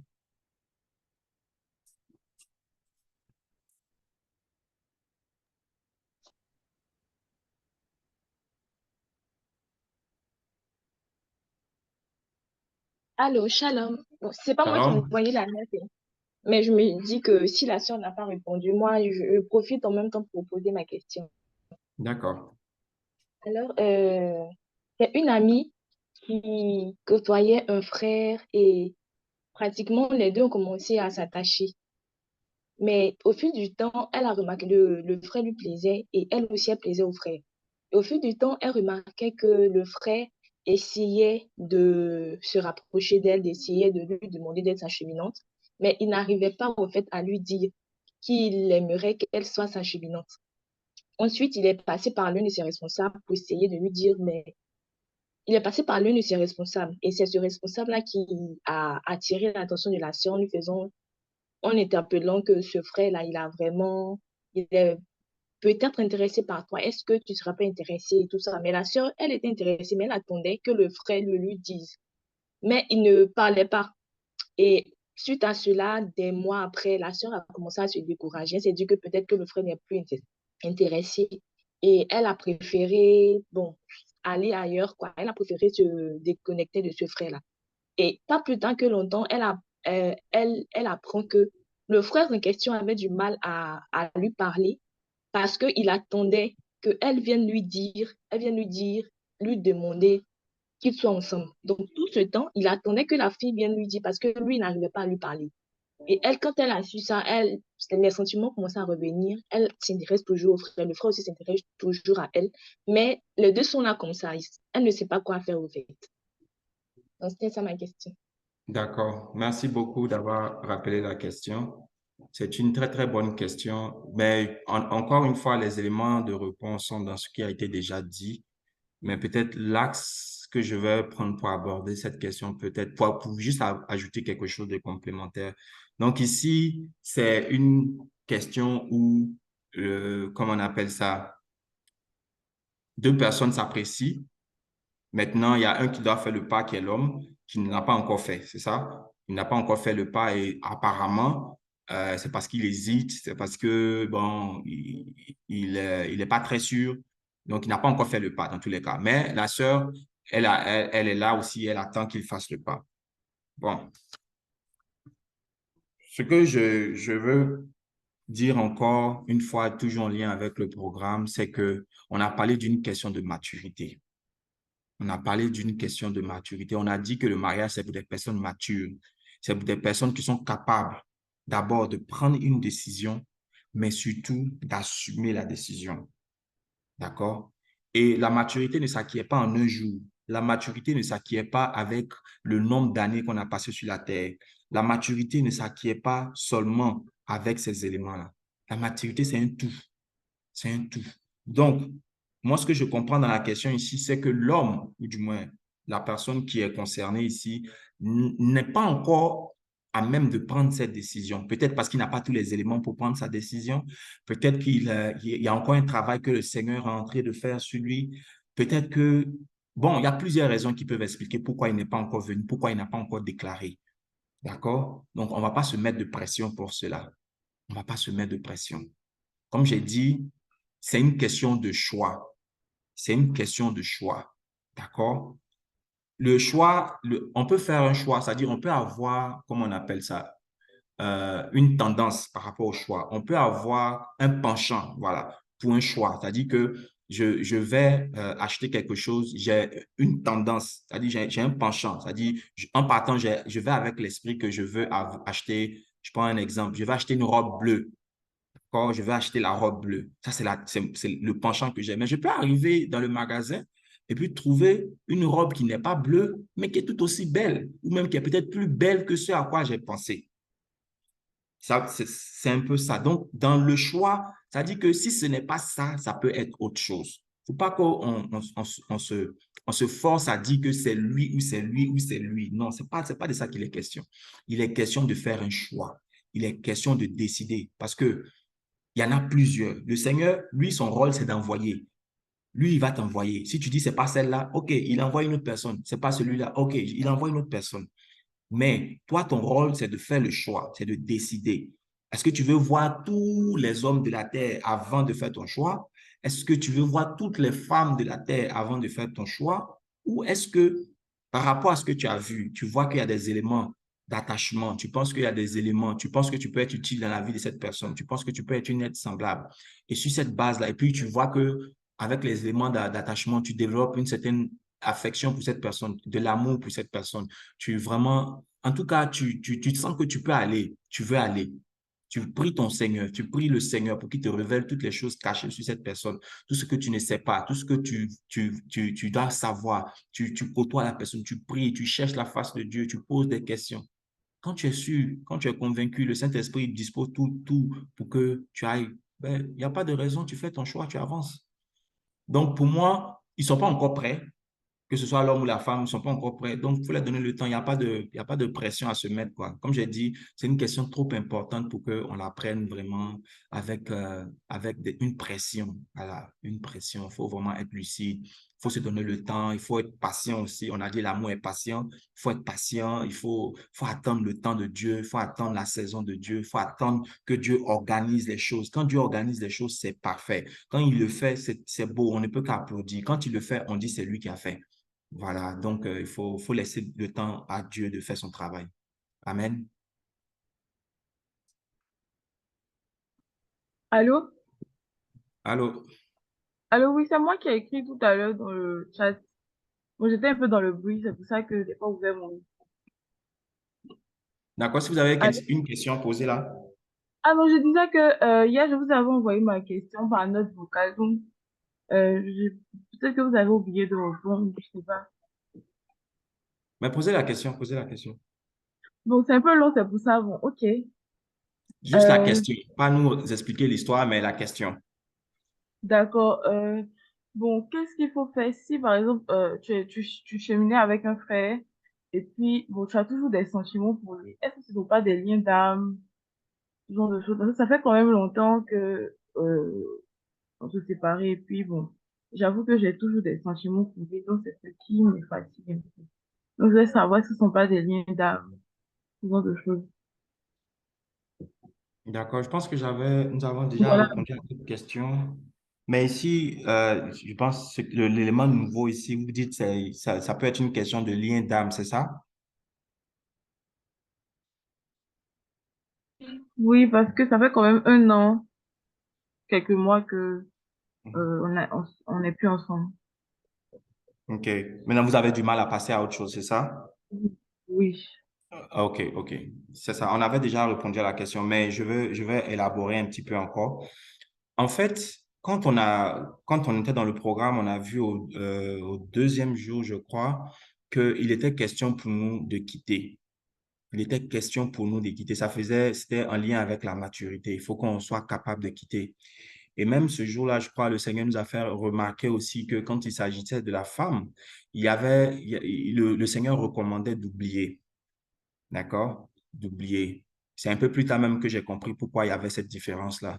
En fait, l'homme, parce que l'homme est beaucoup au niveau de la raison, il est beaucoup au niveau comment je vais dire ça? Il est vraiment beaucoup au niveau de la raison, au niveau de la pensée. Donc, lui, c'est quelqu'un qui doit prendre la décision de quitter. Il doit prendre la décision et puis il quitte.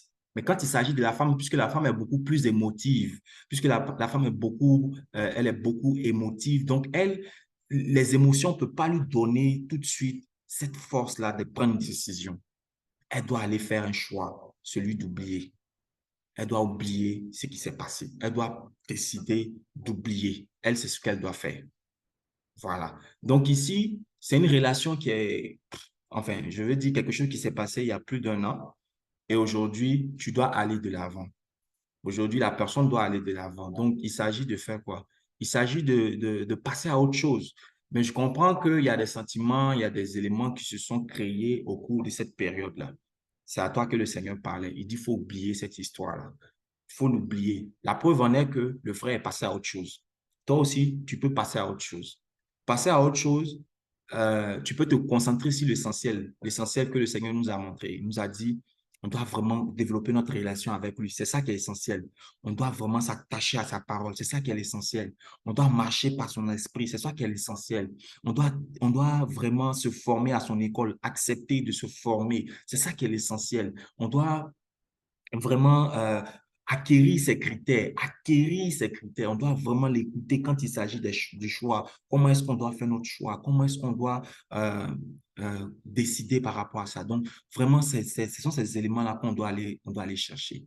Tu comprends? Donc, ne t'inquiète pas pour, comment on appelle ça, si c'était le frère, si c'était lui, mais il n'a pas compris que c'était lui. Toi, si tu veux rentrer dans ça, tu ne vas pas t'en sortir. Toi, ce n'est pas ton rôle. C'est pas ton rôle. Toi, ton rôle, c'est d'être à ta place et de faire ce que le Seigneur t'a dit. Après, c'est lui qui organise les choses. Si c'est le frère qui n'a pas compris, il est distrait, il est aveuglé, il est ceci, il est cela, fais confiance au Seigneur. Il est capable de tout. Il est capable de tout. En tout cas, si c'est lui que le Seigneur t'envoie, il est capable de tout. Il est capable de tout. Quand Adam a vu Ève, il n'est pas allé se poser vraiment, il était convaincu que c'était elle. C'est la même chose. Quand le temps arrive, il n'y a pas trop de questionnements, il n'y a pas trop de flou, il n'y a pas de confusion. Les choses sont quasiment claires. Tu peux voir, tu peux voir, tu peux voir. Voilà. Donc, voici la réponse que je peux te donner. Mais encore une fois, je t'encourage à réécouter vraiment et surtout à t'approprier les sujets de prière qu'on a évoqués dans les matinales. Ça va beaucoup t'aider. Amen. D'accord, merci beaucoup. Merci.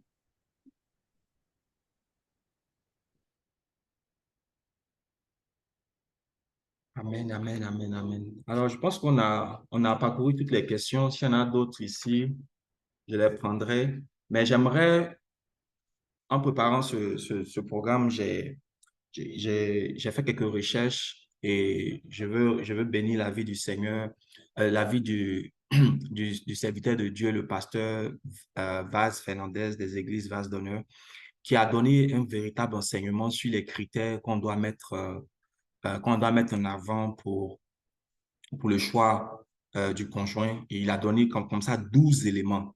Voilà, moi, je vous invite à aller sur sa page Facebook, Pasteur Vaz Fernandez. Vous allez voir, il a parlé des critères du choix du conjoint. Moi, je vais juste les citer ici pour aider quelqu'un, mais je vous invite à aller réécouter l'enseignement. C'est vraiment riche. Voilà. Donc, il dit que quand on veut faire un choix par rapport à la personne, voici les éléments qu'il faut aller chercher. Encore une fois, j'ai dit, il ne faut pas aller poser les questions, demander c'est quoi, c'est quoi, c'est quoi, c'est quoi. Non. Il y a des questions qu'on va poser, il y en a d'autres il y a d'autres informations qu'on va acquérir par l'observation, il y en a d'autres qu'on va acquérir dans la fréquentation, ainsi de suite. Donc, c'est vraiment un mixte. Ce n'est pas une question de poser des questions seulement. Ce n'est pas ce qu'il dit, mais il faut que ce soit ce qu'il fait, ce qu'il est. Voilà, ce sont ces éléments-là qu'il faut aller chercher. Donc, le pasteur nous disait comme ça que il faut regarder, il faut regarder faut s'informer sur le passé de la personne. Il faut s'informer sur son origine, d'où elle vient, d'où elle vient. Faut regarder ces éléments. Il faut regarder son niveau spirituel. Quel est son niveau spirituel? À quel niveau elle est? Est-ce que cette personne-là vient juste de naître de nouveau? Est-ce que cette personne-là est longue? Ça fait des années que cette personne est dans le Seigneur. Il faut regarder ces choses-là. Il faut regarder son niveau social, sa position sociale. Est-ce que c'est un aîné de famille? Est-ce que c'est une cadette de la famille? Est-ce qu'elle vient d'une famille où ils sont nombreux? Faut aller comprendre ces choses-là parce que ça explique pourquoi il est comme ça. Ça explique pourquoi il est comme ça. Donc, il faut que toi aussi tu comprennes pour que tu puisses dire oui, je fais cette décision-là en sachant cela. Je sais qu'il vient de cette famille, je sais qu'il est l'aîné de la famille, je sais que voici son origine, voici son passé. Et sur cette base-là, je fais cette décision. Il ne faut pas aller plus tard dire, je ne savais pas, il ne m'a pas dit. Non, tu avais l'occasion de le savoir. D'accord? La prochaine chose qu'il faut regarder, c'est son caractère, c'est-à-dire ses habitudes, sa relation vis-à-vis de l'argent. Quel est son tempérament? Quelles est vraiment ces choses-là qui les définissent intérieurement? Il faut aller regarder cela. Faut vraiment t'informer sur sa vision. Où est-ce qu'il va? Qu'est-ce que le Seigneur lui a dit? Quelle est sa destinée? Elle va où cette personne? Il faut vraiment aller prendre ces informations. Ça, ce n'est pas des choses où on répond vite fait oui ou non. Non, c'est des choses par observation, avec des fréquentations, vraiment des mises en situation. Il faut être ingénieux. Il faut trouver des occasions vraiment pour que ce genre de sujet-là puisse être débattu. Il faut vraiment être dans cette perspective-là, vraiment. Voilà. il nous a parlé aussi il faut aller poser des questions par rapport à ses valeurs. Il faut s'informer sur ses valeurs. Quel est ce système de valeurs vraiment que cette personne-là vraiment suit? Quelles sont ses valeurs? Est-ce que cette personne-là, quelles sont ses valeurs? Il faut vraiment aller t'informer, puis voir est-ce que toi, tu es proche de ces valeurs ou bien est-ce que tu peux accepter de telles valeurs? Parce qu'après, vous allez devenir une seule chair. Ces valeurs vont devenir tes valeurs. Tes valeurs vont devenir lui ses valeurs. Donc, il faut le comprendre dès le départ. D'accord? Il faut aller s'informer sur son langage de l'amour. Quand il dit il aime, là, ça veut dire quoi pour lui? Est-ce que ça veut dire il est attentionné? Est-ce que ça veut dire il fait beaucoup de cadeaux? Est-ce que ça veut dire qu'il dit des paroles valorisantes? Bref, il y a tout un enseignement sur les langages de l'amour. Donc, il faut aller s'informer. Il faut vraiment s'informer par rapport à cette personne. Quelle est sa façon d'exprimer son amour vis-à-vis d'une personne? Comment cette personne-là exprime son amour? Il faut vraiment aller chercher des informations par rapport à cela. Aussi, il faut vérifier son attitude vis-à-vis de l'autorité. Quelle est son autorité? Comment est-ce qu'il réagit vis-à-vis de ses parents? Quelle est l'estime qu'il a de ses parents? Est-ce qu'il honore ses parents, que ce soit ses parents biologiques, ses parents spirituels? Quelle est son attitude? Est-ce qu'il est vraiment soumis aux autorités? Est-ce que cette femme-là est soumise à ses parents? Est-ce qu'elle est soumise aux autorités que Dieu a établies sur elle? Voilà, il faut aller vraiment vérifier cela. Autre chose aussi, il faut vérifier les fréquentations. Il faut vérifier les fréquentations. Qui cette personne fréquente? Parce que l'environnement dans lequel cette personne-là se retrouve constamment va finir par l'influencer. La Bible dit que comment on appelle ça? Je parle le passage ici devant moi, mais les bonnes mœurs, non, les mauvaises mœurs corrompent les bonnes mœurs, quelque chose de ce genre-là. Donc, il faut savoir que l'amitié, les fréquentations de cette personne vont finir par déteindre sur cette personne, vont finir par déteindre sur cette personne. Cette personne-là si elle se retrouve avec des personnes qui boivent, elle va se retrouver à boire. Si elle se retrouve avec des personnes qui fument, elle va se retrouver à fumer un jour. Donc, il faut vraiment étudier sa fréquentation qui, avec cette personne, parle de façon régulière. Il faut aussi s'intéresser à ses modèles, ses mentors, à qui cette personne veut ressembler dans la vie. Quelles sont ces personnes que cette personne-là estime au point de vouloir leur ressembler? Il faut vraiment t'intéresser. Quand tu regardes le modèle qu'il a, tu dis, ah, c'est là qu'il veut aller, c'est là qu'il veut être, c'est à cette personne-là qu'il veut ressembler. Ça te donne vraiment des indications sur cette personne-là. Aussi, il faut regarder son état d'âme. On en a parlé lors de la matinale, quelles sont ces choses qui le tiennent encore jusqu'à ce jour dans le passé? Quelles sont ces douleurs qui transportent encore jusqu'à ce jour? Est-ce que c'est quelqu'un qui a une capacité de pardonner? Est-ce que c'est quelqu'un qui a une capacité comment dirais-je, de laisser passer les choses facilement, de faire grâce? On en a parlé, de faire grâce. Est-ce que c'est quelqu'un qui aime dans le temps? Toutes ces choses-là, il faut aller regarder ça. Il faut s'informer. Encore une fois, ce n'est pas une enquête, ce n'est pas une investigation que tu fais. Ce n'est pas un interrogatoire que tu es en train de faire, mais tu es en train de collecter tes informations au fur et à mesure, mais de façon intelligente, avec beaucoup de sagesse, tu essaies vraiment de collecter les informations. D'accord? Et la dernière chose que le pasteur a évoquée, il a dit, il faut regarder aussi l'influence que cette personne a sur vous. Depuis que cette personne est rentrée dans votre vie, là, qu'est-ce qui s'est passé? Est-ce que vous êtes devenu meilleur? Est-ce que vous avez régressé dans vos valeurs? Est-ce que vous avez régressé dans votre marche avec le Seigneur? Qu'est-ce qui s'est passé? Quel est l'effet que cette personne a eu sur vous? Il faut regarder ça aussi. Ça aussi, ce sont des indicateurs. Donc, ce sont vraiment toutes ces choses-là il faut examiner. Ce sont ces choses-là qui te permettent de faire une décision. Encore une fois, tu as une décision à faire. Tu as un choix à faire. Le Seigneur ne t'imposera pas quelqu'un. Il ne t'imposera pas une personne. Il va te laisser le soin de décider parce que tu dois assumer ton choix. Tu dois l'assumer. Donc, il ne va pas faire le choix pour toi et puis te demander de l'assumer. Non, tu vas faire le choix, tu vas l'assumer. Peut-être par moment, ça sera difficile pour toi de l'assumer. Il va venir t'aider. Il va t'aider. Il va te fortifier. Mais à la fin de la journée, tu dois faire ton choix. Tu dois prendre ta décision. Voilà. Donc, merci beaucoup pour le passage. Ne vous y trompez pas, les mauvaises compagnies corrompent les bonnes mœurs. C'est bien ça. Merci beaucoup.